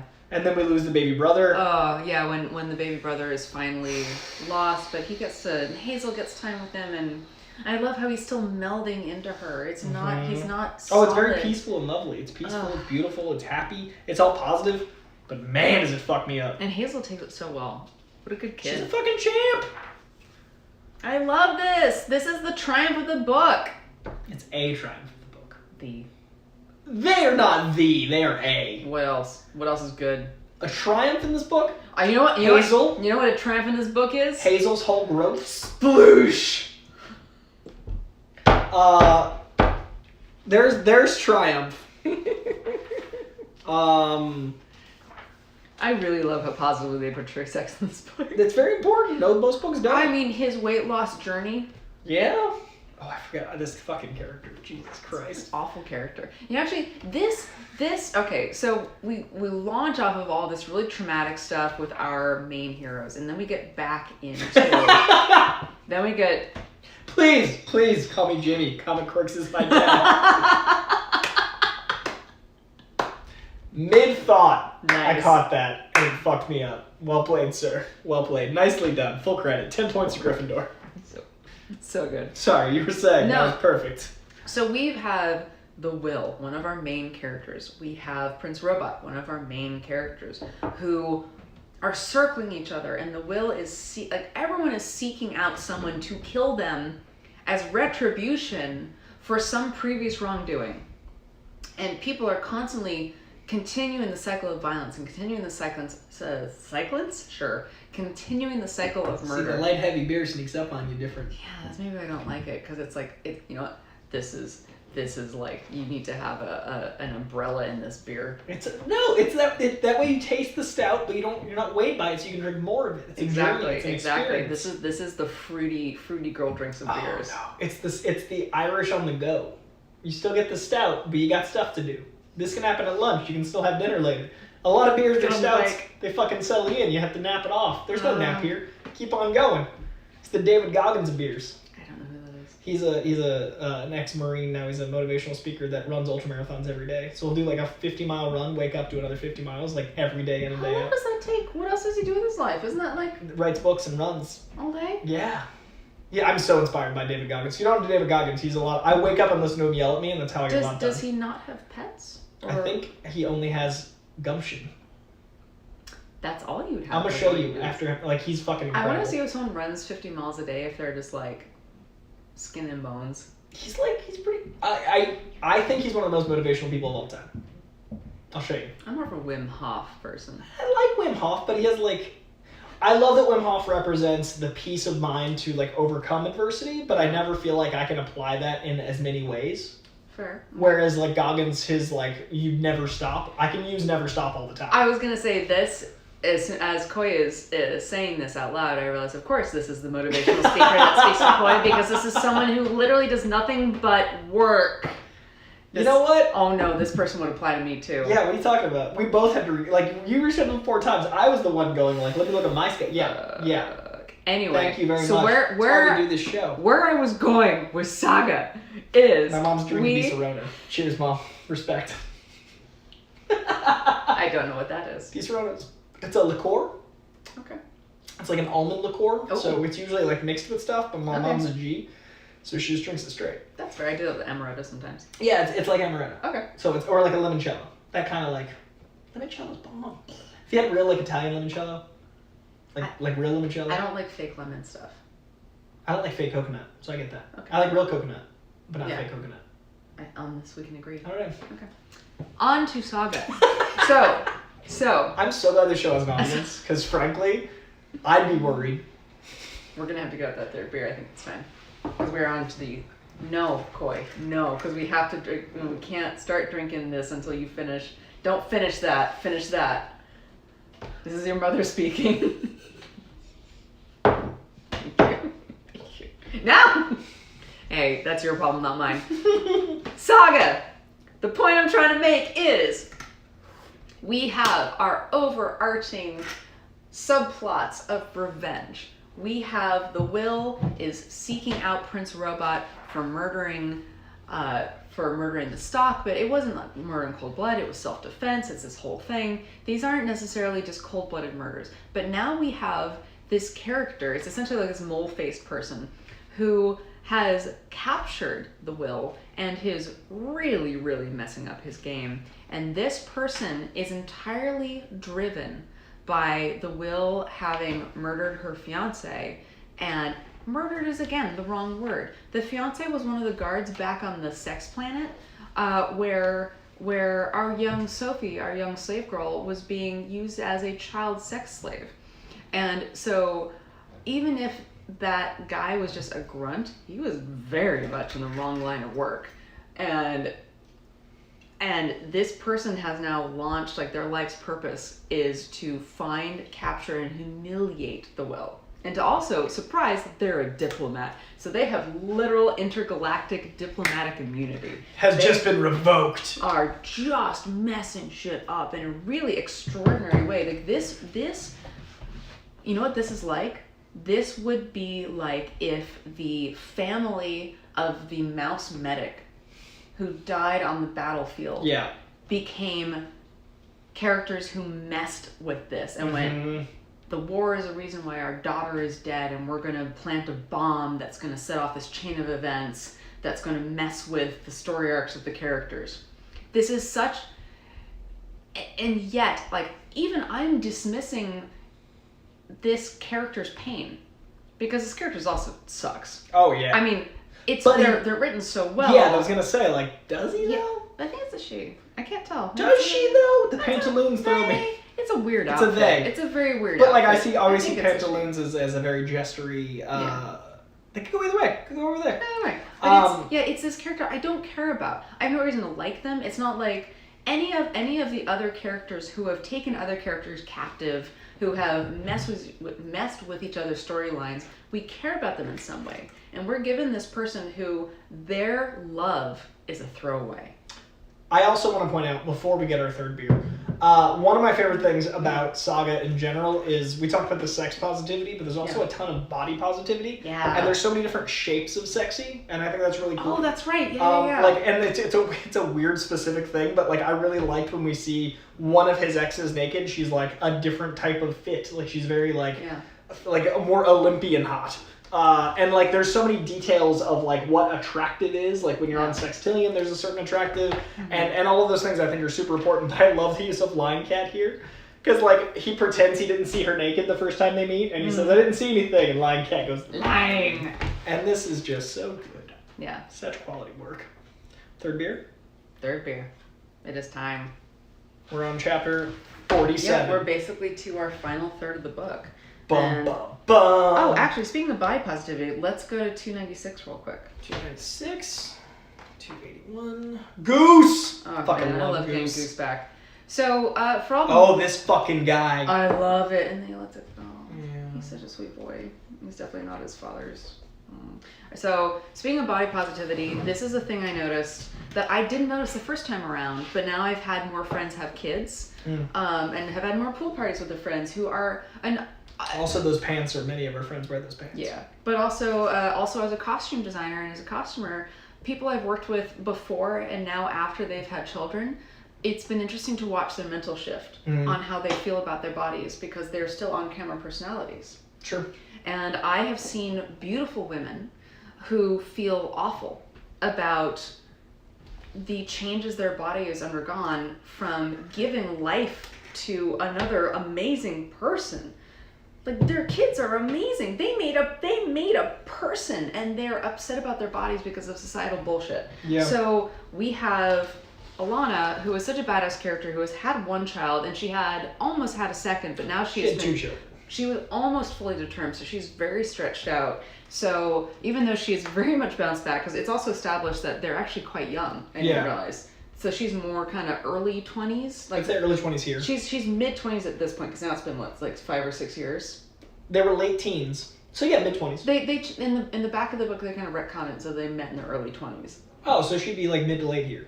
Yeah, so she's like 26, 27. Yeah. Yeah. So Alana's maybe 26, 27. She's been pregnant, fully pregnant twice, and I say all this to on page 296. We just have her hanging out with Hazel, and it's very subtle. But she's got those little lines that you get from having a really stretched out tummy. And it's so simple. Mm-hmm. It's such a simple nod and acknowledgement to she's still a badass. She's still fucking hot and sexy. And it's a little unfortunate because they don't necessarily maintain this. We don't always see her like full front, like we see her from the side a bit. But it's such a specific thing that happens to women's bodies. You know what I did the other day? We my podcast did with Jake, producer Jake, great human. We did the show and someone called in and asked for my Mount Rushmore of different things. So like Mount Rushmore of the X-Men, pick only for X-Men. Mount Rushmore of blankety blank. And I realized Alana was on my Mount Rushmore of all-time comic book characters. Out of all the comic characters in the world, she made my top 4. And it's details like that. Yeah. Because there's no character quite like Alana. There's no book like this, but like to me, there's nothing like this character. Yeah, she's amazing. I also think. Aw, apparently they're called zebra stripes. Aww. I also think we've partied at that house. 90% certain. Very much so. All right, drink number 3. I got drink number 2 because I was up and mobile. Jenny's getting drink number 3. We're getting into the last third of volume 3, hardcover 3 of Saga. We are approaching hiatus where we have been for 2 years with Brian K. Vaughan and Fiona Staples, where Saga has left us at issue 54. We are going to spoil the last page, which is, for my money, one of the most horrific splash pages in the history of the medium. Mm-hmm. Strap in. I'm going to eat the rest of that pizza after we wrap, after I take a photo of it, because I'm not a dick, but I do. Where's the beer? It's probably in the bar. Directly on the, straight down, it should be sitting on the top of the leather thing. Yeah. I don't know who to pick from Saga. Stan, that is the question. For me, it was Alana. Comic Crooks with Jimmy. Coy drinks Mississippi mud like Ron Swanson drinks the Swanson family mash liquor. Dude, I fucking love Ron Swanson. That is one of the highest compliments you can give me. If I act like Chris Traeger and drink like Ron Swanson, I've done well with my life. I didn't watch Parks and Rec until 2018 or 2019, and I did not know I was already on TV because Chris Traeger is me, and it was very jarring to see myself as played by Rob Lowe. I haven't watched Parks and Rec. This is why Jenny and I talk, and I'm like, has she seen this? Has she not? Doesn't matter. Will she get the reference? Vodka? We're going to introduce this. Welcome to our new segment. It's called Rehydrating with Oops. Rehydrating with I have a 7 a.m. call time. Mm-hmm. It's the moral compass part of the show. Someone. And not usually us. It sucks having a moral compass sometimes. Mm-hmm. And yet, keeps us going. Someone has to have a sense of moral superiority and be bolstered by it. Mm-hmm. How else do I get through the day? That's fair. Whenever I'm feeling low or down about myself, I remember that I'm just better than most people. And not, and then... That's what gets me through. It's how I wake up in the sprint. That's what you do. Just wake up, you got some gusto. All you gotta do is click on one hashtag a day, and you'll feel much better than most people. Just one a day. Quite emailed me with that. Oh, so good Sir Jimmy asked me if I was around on my last Koi Cubed, and I was not because December is stacked, but January, February, I will, good sir. Thank you for not asking me to put my email anywhere in the public, because that is a scary place. The public. No. Mammoth Haunt says 7, that's it. It's 10:20 here, and 7 is the call time, which means this lady has to be up at 5:30. Which also means when I get home, I have to finish prepping all the wardrobe because the creative on this commercial has changed numerous times, including this morning, including up until the time I received my call sheet. There are things in the industry that are technically called shit shows. The technical term. And the producers and I have been laughing in that sort of survivor laugh sort of way. Anytime something changes with the client, we go, ha ha, it's gonna be great. Hey, you know what? It's gonna be fine. It's gonna be great. And if this was not COVID times, after we wrap tomorrow, we would probably all get very, very drunk. So instead, together. Get drunk before. No. Well, yes. But then when I get home tomorrow, I'm going to go home and finish my bottle of wine I started last night and finish watching The Boys. Merimoth haunts 5 a.m. for this healthcare worker. Healthcare worker. Thank you. Thank you. 2, that's too fucking early. But 1, thank you. We're hydrating for you. Also, 5 a.m., are you saying you don't work on the weekends? Because I really hope you're not working tomorrow. And if you are, though, champ. Yeah, bold. To be here with us, making bold choices. Alright. Oh, right, Nick and Bill. That was actually a question I had. How long have they been traveling for him to get that fit? A while. I mean, we have like 6-month pay jumps all the time. True. But really, can you... Look, this is not the biggest It loser. is not easy to get that. Like, losing weight is fucking hard. It is. I've seen the biggest I'm loser. struggling. I'm trying to drop another 15 pounds so I can get back to my fight weight. It sucks. Yeah, no, exactly. That's my point. I dropped 10. I'm trying to drop another 15. It ain't easy. I'm just trying to drop 5 so my jeans don't hurt so much.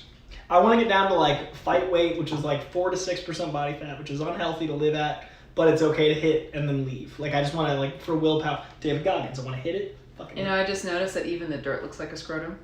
Everything in this image is masculine. So we have the will in a what's fascinating about this picture. So we get the will after Dicks. months of him being in captivity, and it's almost triumphant. Oh, it's very triumphant. The sunrise, the hero shot, and yet he is in bondage. I mean, it's definitely fucking an allegory for many, many things about his character and where we've journeyed with him. But also, like, is that a vagina or is it a butthole? Like, what's... Sorry. It depends on his mood. Because we've seen both for him. The literal landscape is sexual. Look, or are we looking way too much into it? Because now I'm like, crevasse? Past the crevassier? Taints. Everybody! I almost said Lil Jon is spinning in his grave. He's not dead. Maybe he just sleeps in one. It's like Lil Jon was like very successful mere years ago. Like Lil Jon spinning in his grave. Remember 06 in the olden days? That is an actual other dimension. That's a different that was 15 plane years of ago. existence. Nope, doesn't exist. Yeah, that's 15 years ago. I graduated in 06. Next year, I'll be a 15-year graduate. But will you be the graduate? One hopes. Depends on... Their relationship is so hot. I fucking love it. Now we have splash pages of petrichor and... Actually, you know, before I open this, hey, we're on to Christmas holiday beers. Yeah. These were all supposed to be Christmas, but Jenny didn't enjoy them as much as I thought she would, so they became the pre-holiday suffering. Yeah. So, oh, October. Yeah, you know what? Those are the November beers. I've learned now. Now I know. It's interesting. You know, I don't like Pilsners. I like to be able to run after a drink. I don't drink like as an actual task. Your Irish is showing. A cold lager or Pilsner in the shower. I thought you were about to yell at me for like, but I realized that that's just your heritage. Yeah, there's nothing to be mad about. A cold lager or Pilsner in the shower and then a run, you'll get way better time because your muscles are looser, you got more limber. Like a nice cold 12 ounce and then a fucking yog, getting after it. Oh, it makes my head and stomach hurt. Especially like a pre-breakfast 5 a.m. brewski. Really cold beer, really hot shower, then a run. There are some people who are just meant for different times.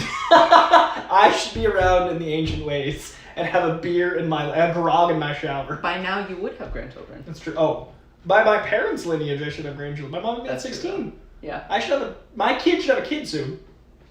My mom, by the way, Go with the times. not just the best, as people have noticed in the She's chat. pretty amazing. Not just the coolest because she supports the hell out of me, but also a teen mother, and I turned out only diet fucked up.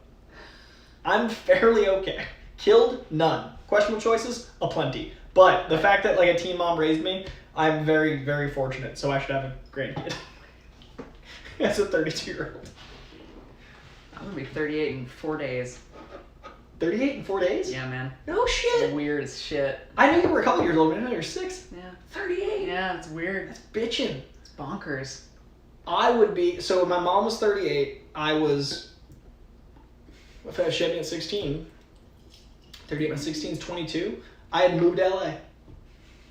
Shit. We knew each other when my mom was 38.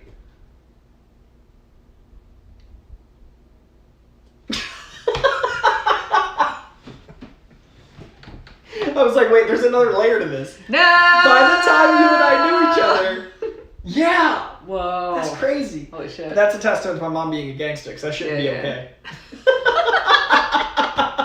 All right, so we are going to do, hopefully, that's it. Yeah. We are going to hopefully do a holiday special because I'm basically going to be gone for the last half of December and I'm not available next weekend again because my Dungeons & Dragons campaign is now meeting at 7 p.m. instead of 2 p.m. But it's because someone has a job, and Shanna, I love you. I'm actually very excited for you. Congratulations on getting a job in all of this shit show of a climate. But I love holiday beers because I love deeply brewed bourbon barrel aged. We know is my thing. I love beer brewed with spices. Mm-hmm. When you get into your holiday blends, you get some incredibly rich spices. So there's actually a few I picked up for next time that would actually go with some of the ones you have that are Christmas blends, holiday blends, but they're more Belgian. If you've ever been to a German, Belgian, or otherwise Christmas market, you know what I'm talking about. That smell, that deep richness, the warmth of the fires, and then you sleep, as opposed to my jogging beers. Oh God, yeah, again. They have all the flavor, but with none of the sleeping. Are you the person who after Thanksgiving, the next day you do like the 5K? Or do you sleep in? Oh no. No, you go Black Friday, 5 a.m., then you work out at like noon. No, you sleep in. No, you work out before you have dinner. Because at Thanksgiving Day, I go for usually a 9 to 10 mile run on Thanksgiving. Then I can eat whatever I want. Mm-hmm. Next day, Black Friday, wake up, shop. Then you work out heavy weights to get that protein gains. Yeah, see, to be fair, I did go for a run before Thanksgiving dinner this year, but that is a first. And the next day, I woke up early intending to get work done, and then I went back to sleep. I slept in this year because Black Friday was not, like, I'm not going to go get the Rona for fucking $10 off. I never do in-person Black Friday because I don't like negativity, and I don't want to invite it, and I don't like how shitty people are. It's fair. So anyway, holiday beers with Saga. I had this last year, and I remember liking it, but it's actually been a year since I've had this. This is a Delirium, who, as you know, is a Belgian, but Delirium Noel. So it is their holiday blend. Let's see, Belgian Ale, Family Brewery. What is your 10%? Whoops. Busty. I want to give some love to our audience because I usually we have the chat going and nothing else. I usually have it on the YouTube page. I have the analytics up this time.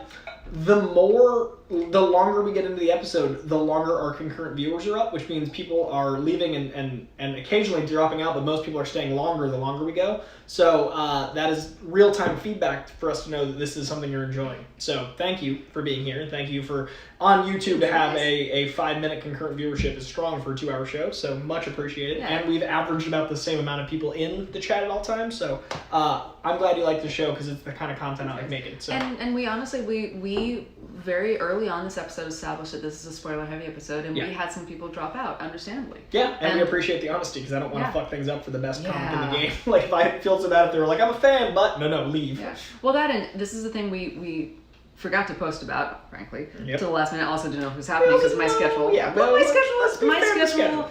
I'm the one that cancels everyone. It's not Coy. It is 100% me every time because my schedule is crazier than yours in different ways. I'm always here filming, so it's easier for me to say yes and film than it is for you because you're physically traveling. So I can shoulder that.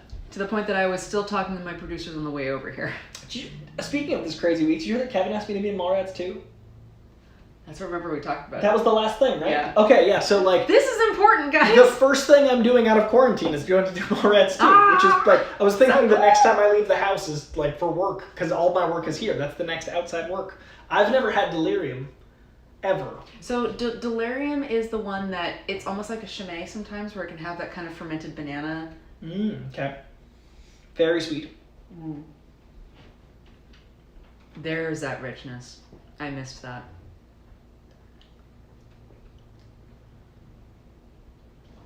It's so tasty, but I'm aware how heavy it is. Yeah, I love it.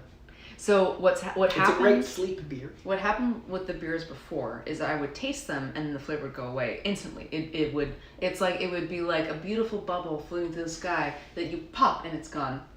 And this, you have a burst of flavor, a split second of a break, and then an entirely different flavor set comes running in.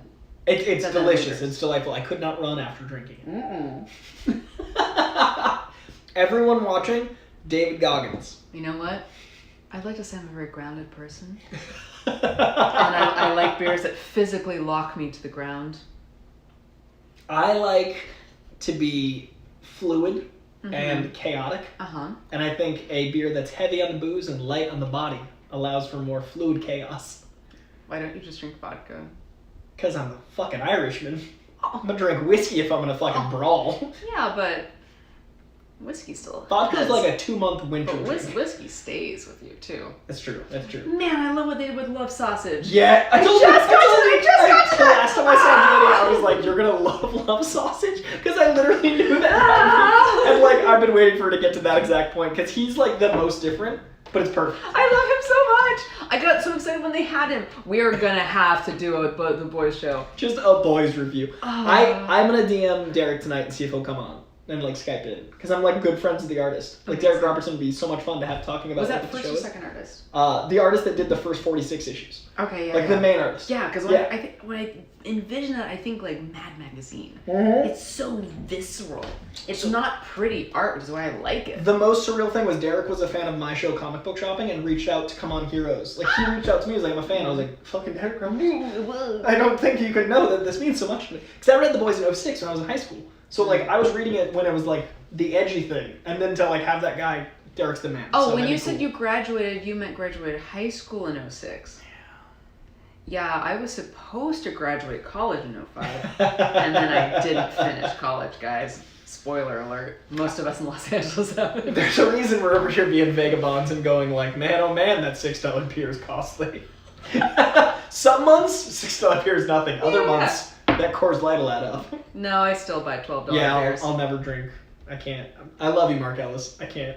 One of my dearest friends in LA is a stand-up comedian that loves chain restaurants, Coors Light, and shoulder like rip-off teas. And he's like a brilliant stand-up comedian, but he's like made of redneck, and it's my favorite shit. Like I love Mark so much, but he loves Coors Light unironically. You know what? He's one of those. I'm glad he stays hydrated by drinking water. I mean, he's very hydrated. Taste the Rockies. The spring water that flows off them is perfect. Man, that Rocky Mountain The water pink is elephant, on the other good, hand, though. doesn't hydrate. It just satiates.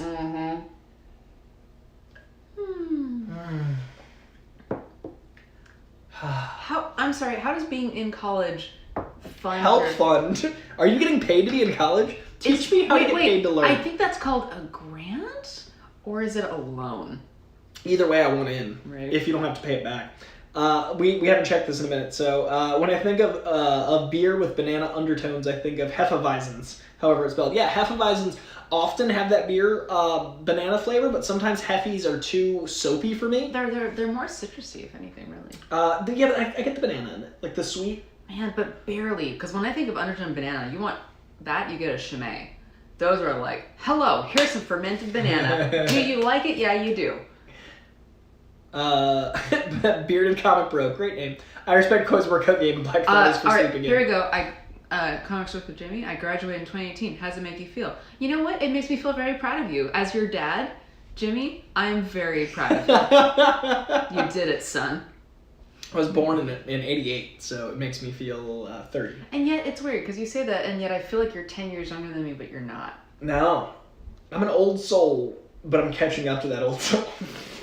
I stagnated at some point. You are a stagnant soul. When you met me, I was an old soul. Now I'm a stagnant soul. That's where all the mosquitoes are coming from.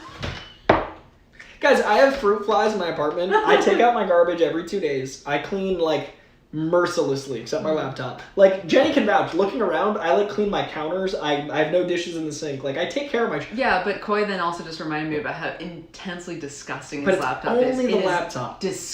Only the laptop. It is one of... I have blocked it out up until this moment. It is horrifyingly bad.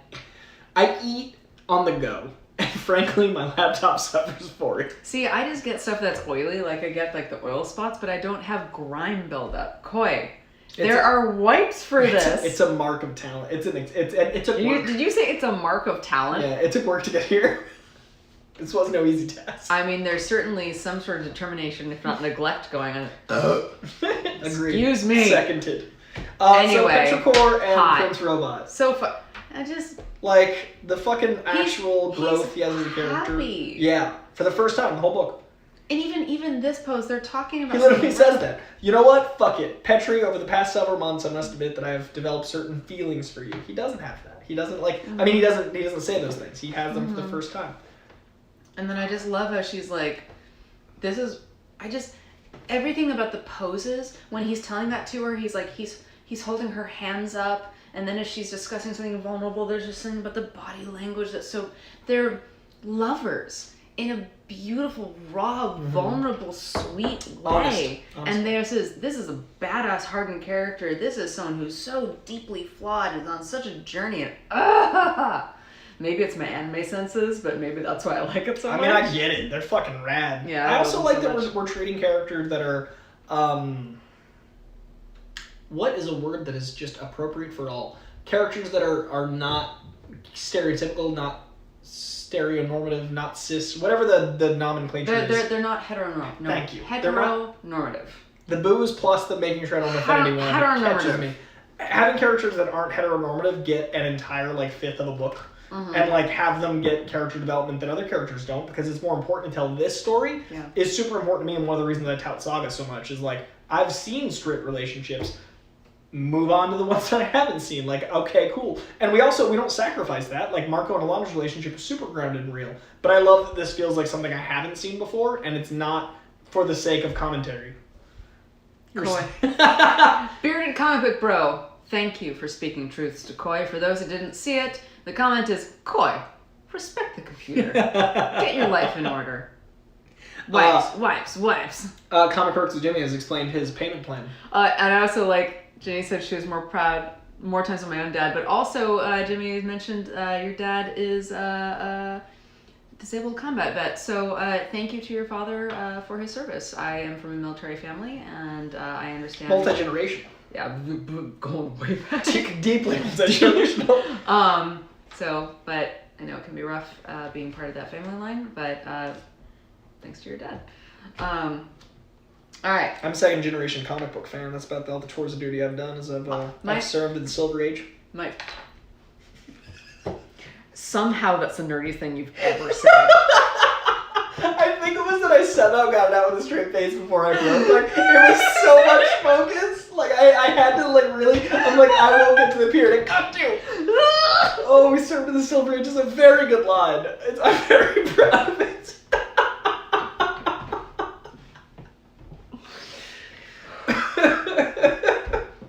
It's true, though. I'm proud of you, son. Private Rogers. Saga! It's that third beer that really gets us. This is 10%. Oh, man. I'm also pouring a little heavier for you because I work in the morning. Fair. I've also got this is not going to make the morning. Bye. I see. My notes. Finally, we arrive at the worst foreshadowing payoff. In terms of, like, the final chapter. But we can get to that a little later, but we're getting there. So this book has been so extraordinary about foreshadowing. is such a good long game being played here. There's a lot of political intrigue going on behind the scenes, that even things that we touched on it earlier, things that were introduced, that we're definitely not going to see payoff for until later. And now we're issue heading 49. Towards, we're approaching actually, no, we're in the last volume. Yeah. Because it's 49 to 54, 48 to 54 is the last volume. So we're at the beginning of the last volume for those playing along at home. Yeah. Oof. This is one of my favorite little Hazel blurbs. Written in the fucking arc of a... hammock. Thank you. I kept thinking canoe. You know what? It's a sleep canoe.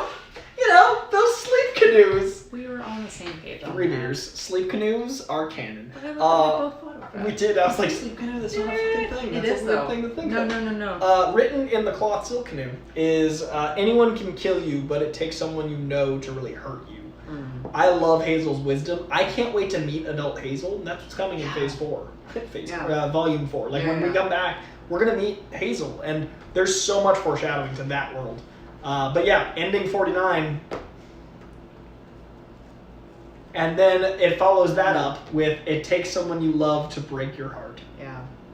And then Prince Robot has the story will be the death of us, please say no. The story will be the death of us, please say no in type across his face. Yeah, so he has actually been talking to characters we haven't seen in a while, our 2 intrepid reporters who are kind of trying to find a workaround to presenting their story. And here we have one of my favorite. First off, issue 50. Content warning, sex, but this now, is 2 hours into the show. This is hot as fuck. But then another thing that they cover is female ejaculation and or squirting. So the fact that they even have that in issue 50, anniversary issue, big times. But then I loved immediately, like, I promise that wasn't me. I'm pretty sure it wasn't me. And he's like, no, it was great. So for 4 pages, their relationship is so beautiful and they're so into each other. Yeah. And, like, I love their love because it makes the rest of it more painful and special. Yeah. It is like, they're so great. So basically and then these 2 cutie pies. Yeah. You know, and this is so interesting, too, because we are given, especially as people who live in a more progressive part of the country. And I can't imagine how this reads in 48 states. Yeah. Or maybe 40 states. That should be fair. Yeah. I can't imagine how this reads in a lot of states. So we've come to the home world of our more amphibian characters. I always forget their names. Like we rarely see them, and then I forget them immediately. We forgot them every time. Like volumes 1 through 3. They're great. They're great. They're nice when they're on screen. You forget about them when they're off. You know what's really cool? Jesus. Yes, Jesus. I also don't want to offend anyone that's a homosexual in a relationship in the very like committed sense. Notwithstanding, I love that a gay relationship feels like it's such a normal relationship that I forget these characters because it doesn't feel like it's a thing that needs to be focused on. Does that make sense? Like in comic books and pop culture, like we've come so far from Brokeback Mountain. That it's not like we need to make this the thing that's a focus. I see what you mean. Yeah, because in the first book where it's introduced with those characters, and that's actually the point that I was heading towards, is that on their home planet, homosexuality is a crime. Mm-hmm.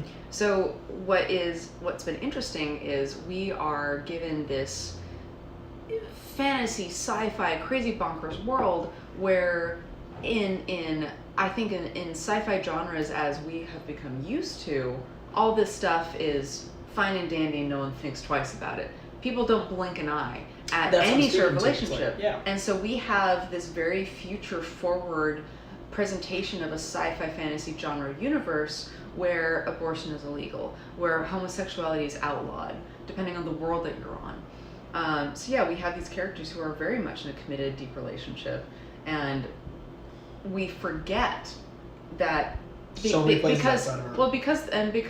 it's so normal for them. They're just a happy in love couple, and it just is. And then we forget, as there's little hints, and as is a crux of drama, that their homosexuality will actually impact their ability to be taken seriously.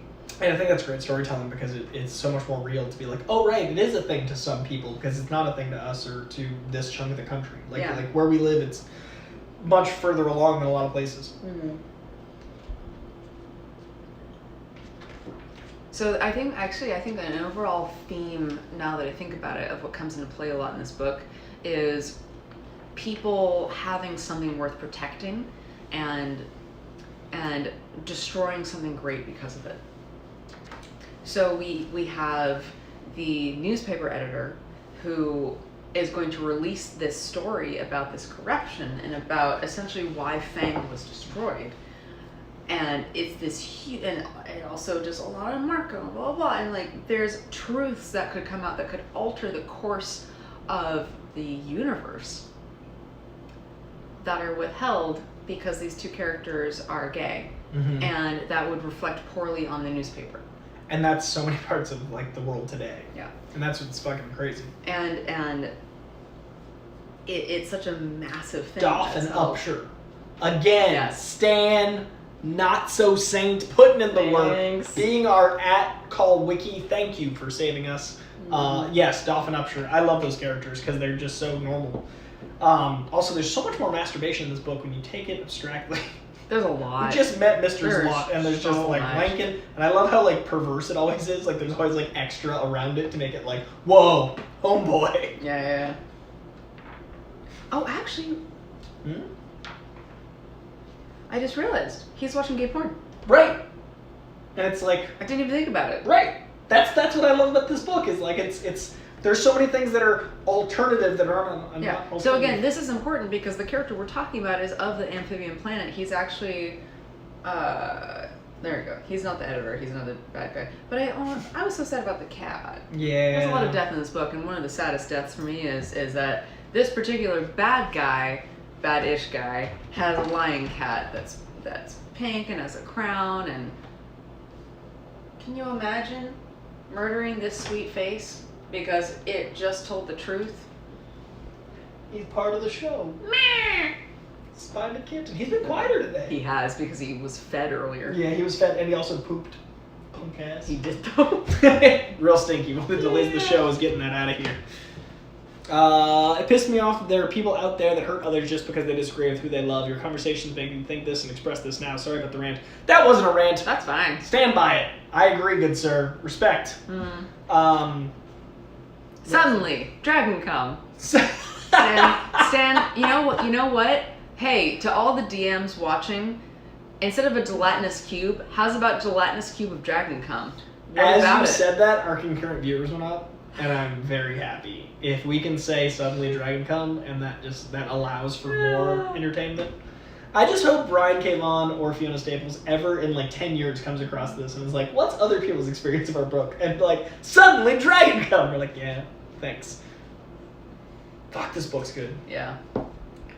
We're at 51. We're approaching the end of Saga, where we've been stuck for quite some time. Yeah, so now we get to our young princeling, who is having a nightmare. And I love how the princeling, because we've already established, we've actually we've only seen a little bit of his face, but we have established with Prince Robot that everything flashes across his face, and we get with the kid that it's like little kid drawings of his nightmare. It's like the child version of, and this child is so innocent. They call him Squire. He's oh yes sir, he's very plucky. He goes hunting, but he can't kill the thing. And his dad, who is trying so hard to not be, Prince Robot is trying so hard to not be his parents. He's trying to break all of that, but even he loses his cool and he abuses his child. Yeah. He strikes out against him. And what is horrific and tragic is that is the last he sees his kid. And like it's darkly funny. It's very gallows humor, but the ellipses that his face has when he's choking his kid out always like is one of those funny, dark, fucked up moments. Like he's got a ... over his fucking choked out son. Yeah, and it's weird when you think about Homer Simpson and Bart Simpson. That sort of choking out that they make Hilarious. funny. And yet here, It's not so funny. no, Choking out a kid, less than funny. no. Cloud on a stick. Especially it was bullshit stuff, right? What was he even mad about? Nothing. He was just questioning him about the stalk and like what was going on. yeah. Like he was just like, and he felt interrogated. It's basically, Dad, are you bad? And Dad's like, no, I'm not. Yeah. Bullshit. Perhaps I am. Oh, I fucking love this. I That's fucking right. love Alana and Marco so much. she's making fun of him for the amount of adverbs he uses, and she's reading his work and like using all the adverbs, and it's so fucking pleasant. And she also loves his writing. I fucking love. This is why Alana's on my Rushmore, man. Yeah. I think it was like I picked Spider-Man, Deadpool, Batman, and Alana. Like I picked like 3. Like well, yeah, comic books, and then Alana. Like she's wonderful. I feel like I would have Bixby. Bixby? From Fables. Oh, of course. Yeah, I can Yeah. see that. Yeah, I like that. I haven't reread that in 10 years. There's a new fucking comic you dig. I thought of you because of Fables. It's called The Department of Truth. Oh. And it is about, it's based in our world where when fiction becomes too popular, it becomes nonfiction.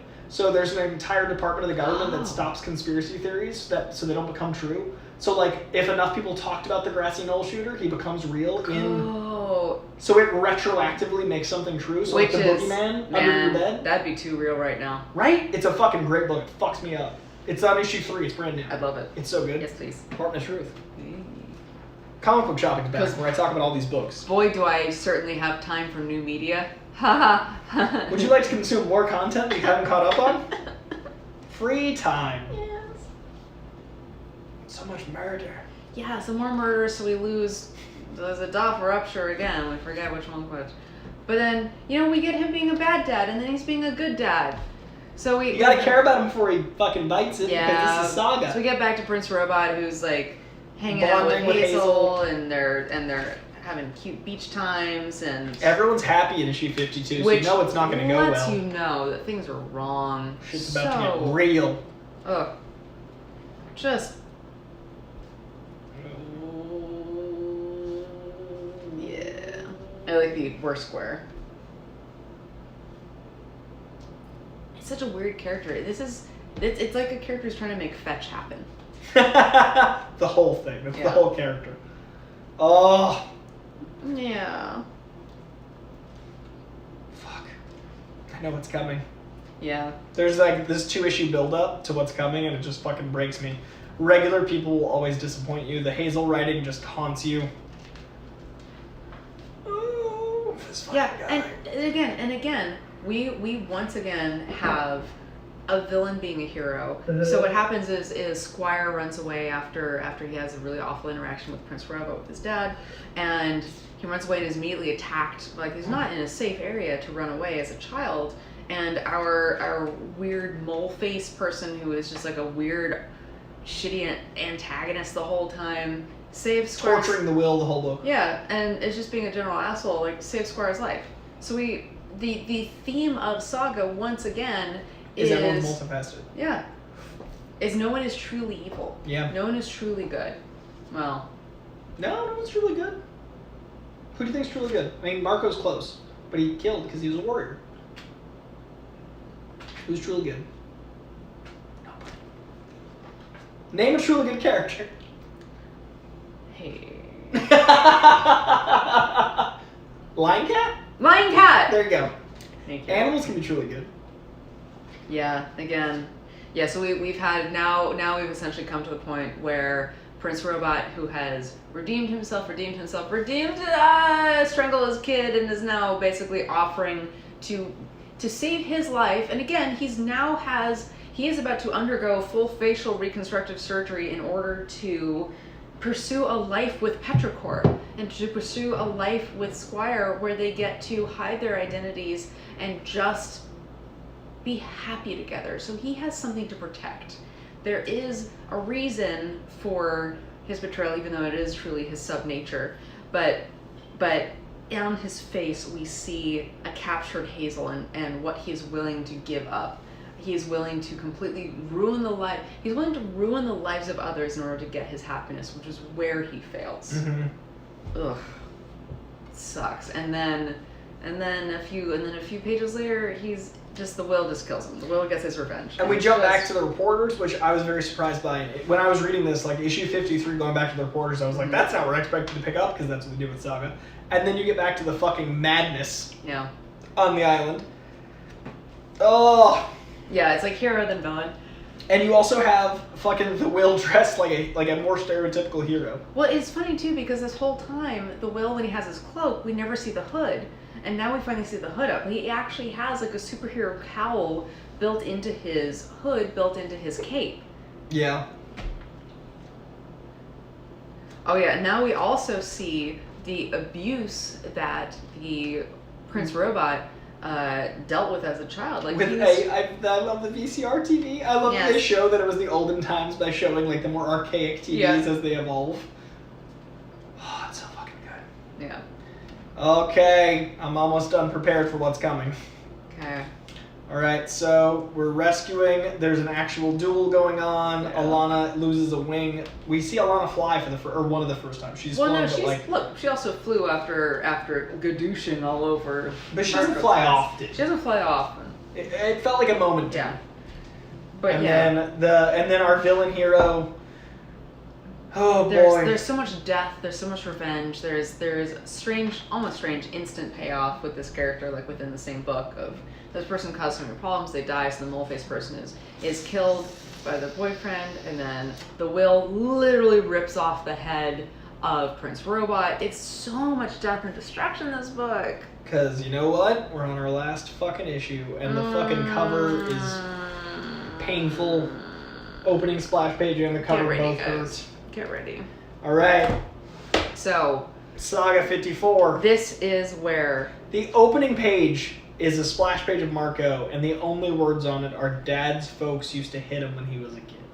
That's how 54 opens. Yeah, and as we have just spent the last several issues talking about the long-term effects of minor child abuse. We're not talking about the drunken father beating a child constantly. We're talking about the little things of discipline. The timing of me feeling just like a drunken father barreling down this fucking Mississippi mud. Yeah, but we're talking about the little moments of discipline that either make people stronger. It works for some people. People born in the 40s, I guess. But or it really has long-term lasting effects. Like I got spanked as a kid a total of maybe 6 times. It changed nothing, but I remember each time I got spanked. And there's no dialogue here, it's all Hazel. Yeah. All of this is Hazel in the past, or in the future, talking about the past. So the opening scroll is Dad's folks used to hit him when he was a kid. The usual caveats, not a lot, only when he really deserved it, never too hard. They were just trying to raise a good boy, a product of another time. You get the idea, like you were just saying. Mm-hmm. And there's no dialogue happening here, and then it just... Still, my father always felt it had done a number on him. So before Mom and Dad had me, they promised each other they'd never resort to spankings or whatever, no matter how I might misbehave. And they never did. Even though I was plenty bad, somehow I managed to turn out all right. Probably depends on who you ask, though. It's fucking brutal. This book is almost like dialogue free. It's just this like voiceover. And this is as we have the Will and Marco locked in this epic combat. And the Will is being Marco's taking out the Will. Marco's winning here. And then there's also another fight. They're remembering other aggressions. And that's the thing that we haven't really touched on. The Will was so we was talking about the Will was horrifically abused as a child. His sister, who also turned into, she turned into I was going to say serial killer, which is another word for mercenary. Yeah. And pretty much though, she was sexually abused by the father. Mm-hmm. And so we have these other characters, like we have Prince Robot was badly abused. We have the Will, who was badly abused. And even his relationships, like with the Stalk, he was abused. Like, the choking out during sex is like fun with consent, but she's demanding it, and that's less than pleasant. And then we get the actual brawl going down, and we've got, Marco using magic, which he doesn't often do, and so rarely uses magic. Like, especially offensively. Yeah, so basically they're basically put onto the mole-faced person's ship, which then blasts off into space. We essentially have this epic battle, which I just ruined part of it for myself because my brain just went to Family Guy with Peter and the chicken suit. Just because it's such an epic long-form battle. And Marco is best at the Will, but he can't finish it. Yeah, he's just at his core trying to remain true to himself. He has an opportunity to kill the Will and to end this, but he's not a killer, and I mean, he's naturally a killer, but he rejects that aspect of his personality. And he has an opportunity, and what's fascinating too is I didn't realize this until the second read through. He forges a weapon in the way that that he is about to kill the Will, and when he does magic, and the Will has this metal glove on his hand that gets fused into this almost point that is then driven through Marco's chest, as Marco has not. He's looking out the window at another planet peacefully. Yeah, and then we don't actually get to have that moment because, of course, it's Saga, so they flash back to, as he's dying, Marco remembering a time on the beach with Hazel, being happy and having peace, and having a beautiful moment too. Just talking about being a father and like having, and then the last page of 54, which is the worst foreshadowing payoff. Everyone who's been with us since the first time we talked about Saga, when I talked about foreshadowing, and the male lead of Saga, right before hiatus, which has gone on for 2 years, we lose Marco. Yeah. The only fairly true north of the book that's not an animal. Yeah. And at this point, I am sobbing hysterically. I was borrowing a friend's book and I threw it down, and I instantly went, oh no, it snapped me out of it, because I was like, this is not my comic book. But respectfully, Brian K. Vaughan and Fiona Staples, fuck you. Respectfully. It's been years. Yeah, and I'm suffering. And so I read through their write-up at the end, and I haven't. She got to open my volume 2 and 3, by the way. I read them as individual issues, and I let Jenny borrow my hardcovers before I read them, so she's got epilogue shit I don't. Yeah. And this is there's a few things that I got from the end, but this was a fun one, and it's when Fiona was kind of getting the sense of what Saga was going to be. She pegged Saga as Starship Troopers meets For Better or For Worse. And if you haven't seen Starship Troopers, and if you have not read the incredible long-running comic book For Better or For Worse, which is, I think, what made me understand that I loved long-form media, because there was the Sunday comics, and then there was always something different about For Better or For Worse. It was... For Better or For Worse is one of the first comics that had me sobbing hysterically, because when spoilers, a family dog that dies, because dogs get old and die, and this comic is not the kids are perpetually 12 for 40 years. It's everyone ages and things change over, and they dealt with death and they dealt with trauma, and this comic book series has a car accident and someone almost dying, and people then meeting through that accident and falling in love and having children. Like, For Better or For Worse, I actually really want to reread it, because it is I've never read it. Whole... Now I know how it ends. As someone who loves comics, no, I didn't even get to the end. But it's a newspaper comic every day that then also has a Sunday edition, but it has extraordinary long form storytelling. Alright. Yeah. If Fiona Staples recommends it. I really want to reread it now in adulthood, because that comic is incredible. But here's the thing that really stuck out to me. Page 446 in the back. Saga is a story about the perils of creation. That everything beautiful that occurs in Saga comes with a price. Mm-hmm. All of the moments are like inevitable doom. And it's not to say, like, look, we all know in our lives that good doesn't necessarily lead to bad, but we also know we all die. Yeah, and life is about these ups and downs. And comic books, other forms of media, just accelerate that. Yeah. And it takes, and in comic format, we get to see things storyboarded out of how one person's selfish decision led to that person's death. We get to reread and remap how one person waking up and going left instead of right changed the course of everybody's lives. And I talk about this all the time. Like, people ask me why I like hosting, and I always give this, like, weird toe stub metaphor. Like, if I wake up and stub my toe in the bed in the morning and I'm limping, it's going to affect every single thing that happens that day. Like, I might not get hit by a car because of my slower pace, et cetera, et cetera. And that's why I like things that are so fluid and so natural and all those things. And that's what, for me, Saga really captures is, like, the domino effect of life, because everything has a ramification. I mean, look, it's a silly thing, but it's part of what keeps me calm in traffic. I feel like if someone slows me down, that I calm myself from being upset about being cut off by thinking maybe that person who's being super slow and is really annoying is saving me from maybe getting hit by a truck. Mm-hmm.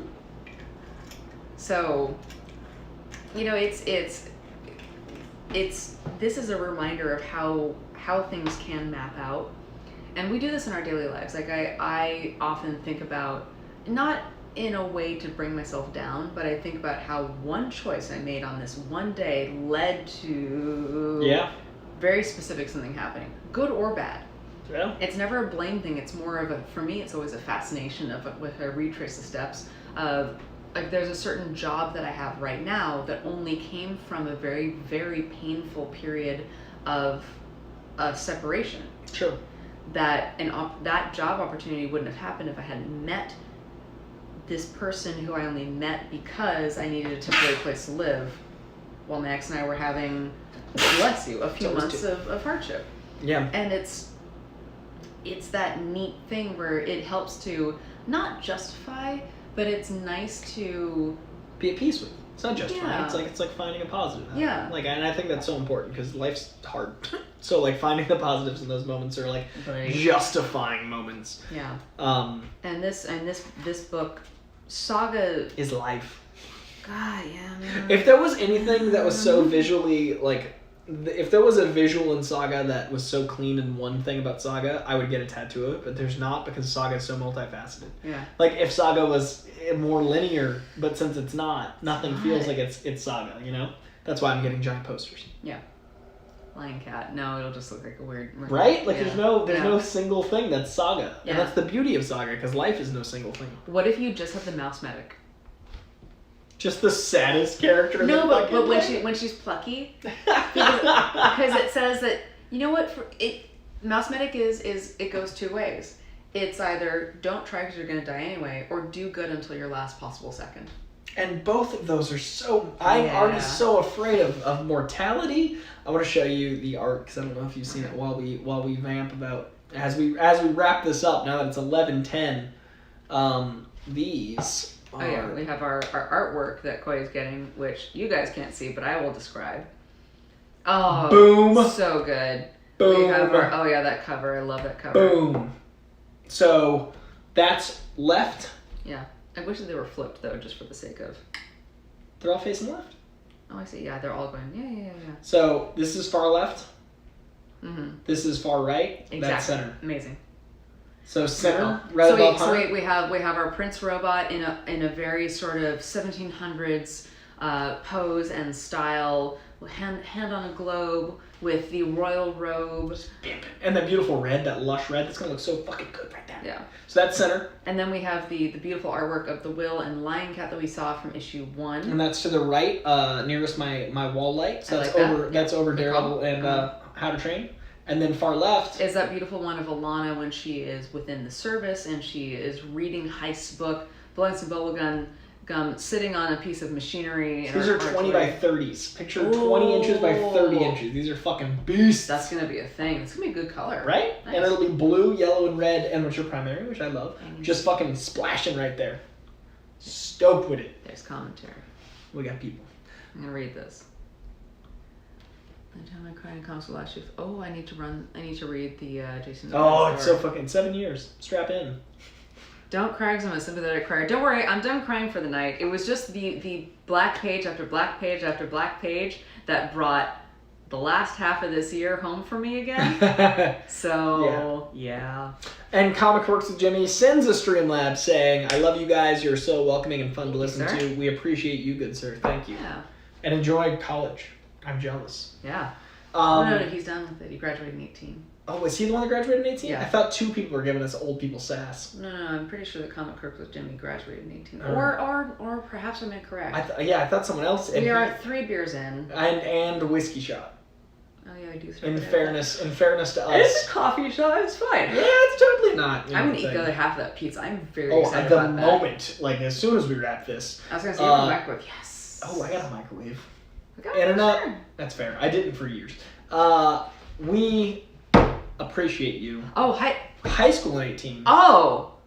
So you're 20 now, right? 20 or 21, depending. Yeah, on thereabouts. Maybe graduate early. I don't know. Happy being young. It only gets achier. It does, which is weird. I was actually just. You just turned. Oh, that's right. I remember your birthday. That's Happy right. birthday from the first one of these. I think it was. That's right. It was like which we want to do these monthly, but time is a flat circle. We're trying to do these when we can. bi-weekly, which has turned into what's When we Jenny's can. insane schedule. We're gonna try to do a Christmas one. Where There are many Christmas movies that are holiday and also comic I book. really am excited about the lesbian one with Kristen Stewart. Oh, it's so good. One of our dear friends is also dating Kristen. I fucking Stewart. love I'm very Kristen. excited. Like, Kristen's the fucking weirdest, bestest. Did you see the Chanel thing she just did? There was a Which one? Chanel fashion show Oh, she's done some Only- great commercials. only for Kristen. She was the only person in the audience because of COVID regulations. So it was just the models and Kristen. So Amazing. Kristen, like, you've met Kristen. It's just I Kristen. actually haven't met her. She's the fucking best. So it's just Kristen literally, like, watching. Yeah. And, like, but she's getting to be herself because it's not the fucking crowd bullshit. But Yeah. seeing Kristen just being, like, self-actualized with, like, a Chanel fucking fashion show. Amazing.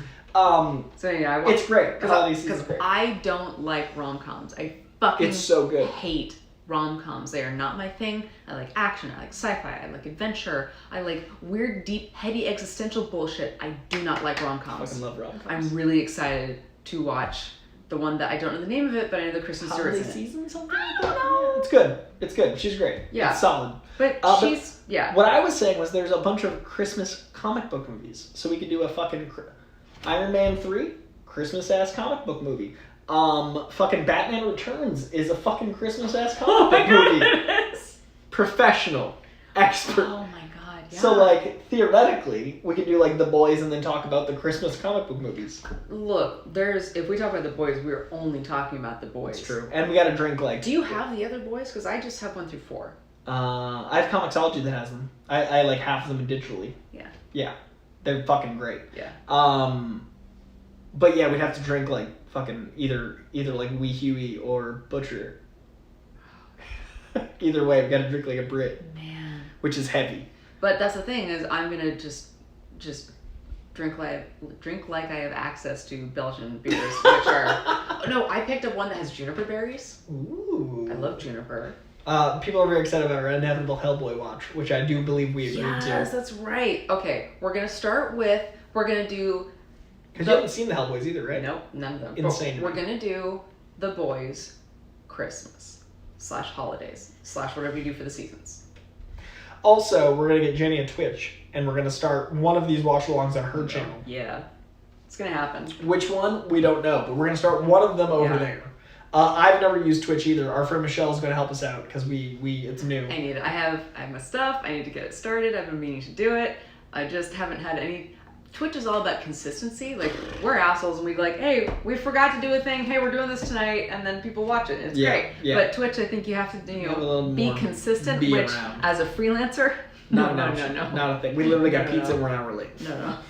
Because that's literally how it's gonna work. Uncut pizza, uncircumcised pizza. Literally, it was just a fucking flat plateau of dough. Like, I can't mentally get over the fact that, like, It was meant to be rolled into a burrito. You had a I literally tortilla said a of calzone pizza. and then it became real. I also, like, I don't eat pizza often and I love pizza because I'm like a health person. So, like, when I have a cheat meal, it fucking means something. Yeah. So to have a pizza that I have to cut with a knife, That was a disappointing pizza. I got a little hyphy. However, from my aspect, it was hilarious. I struggled through the entire process of staying calm on camera. It was I'm extraordinary. glad everyone else is happy. I'm glad I got to witness it in person. It was a real struggle for me. How often in your life do you see a fully uncut pizza and someone who waited over an hour to get one because I wanted pizza tonight?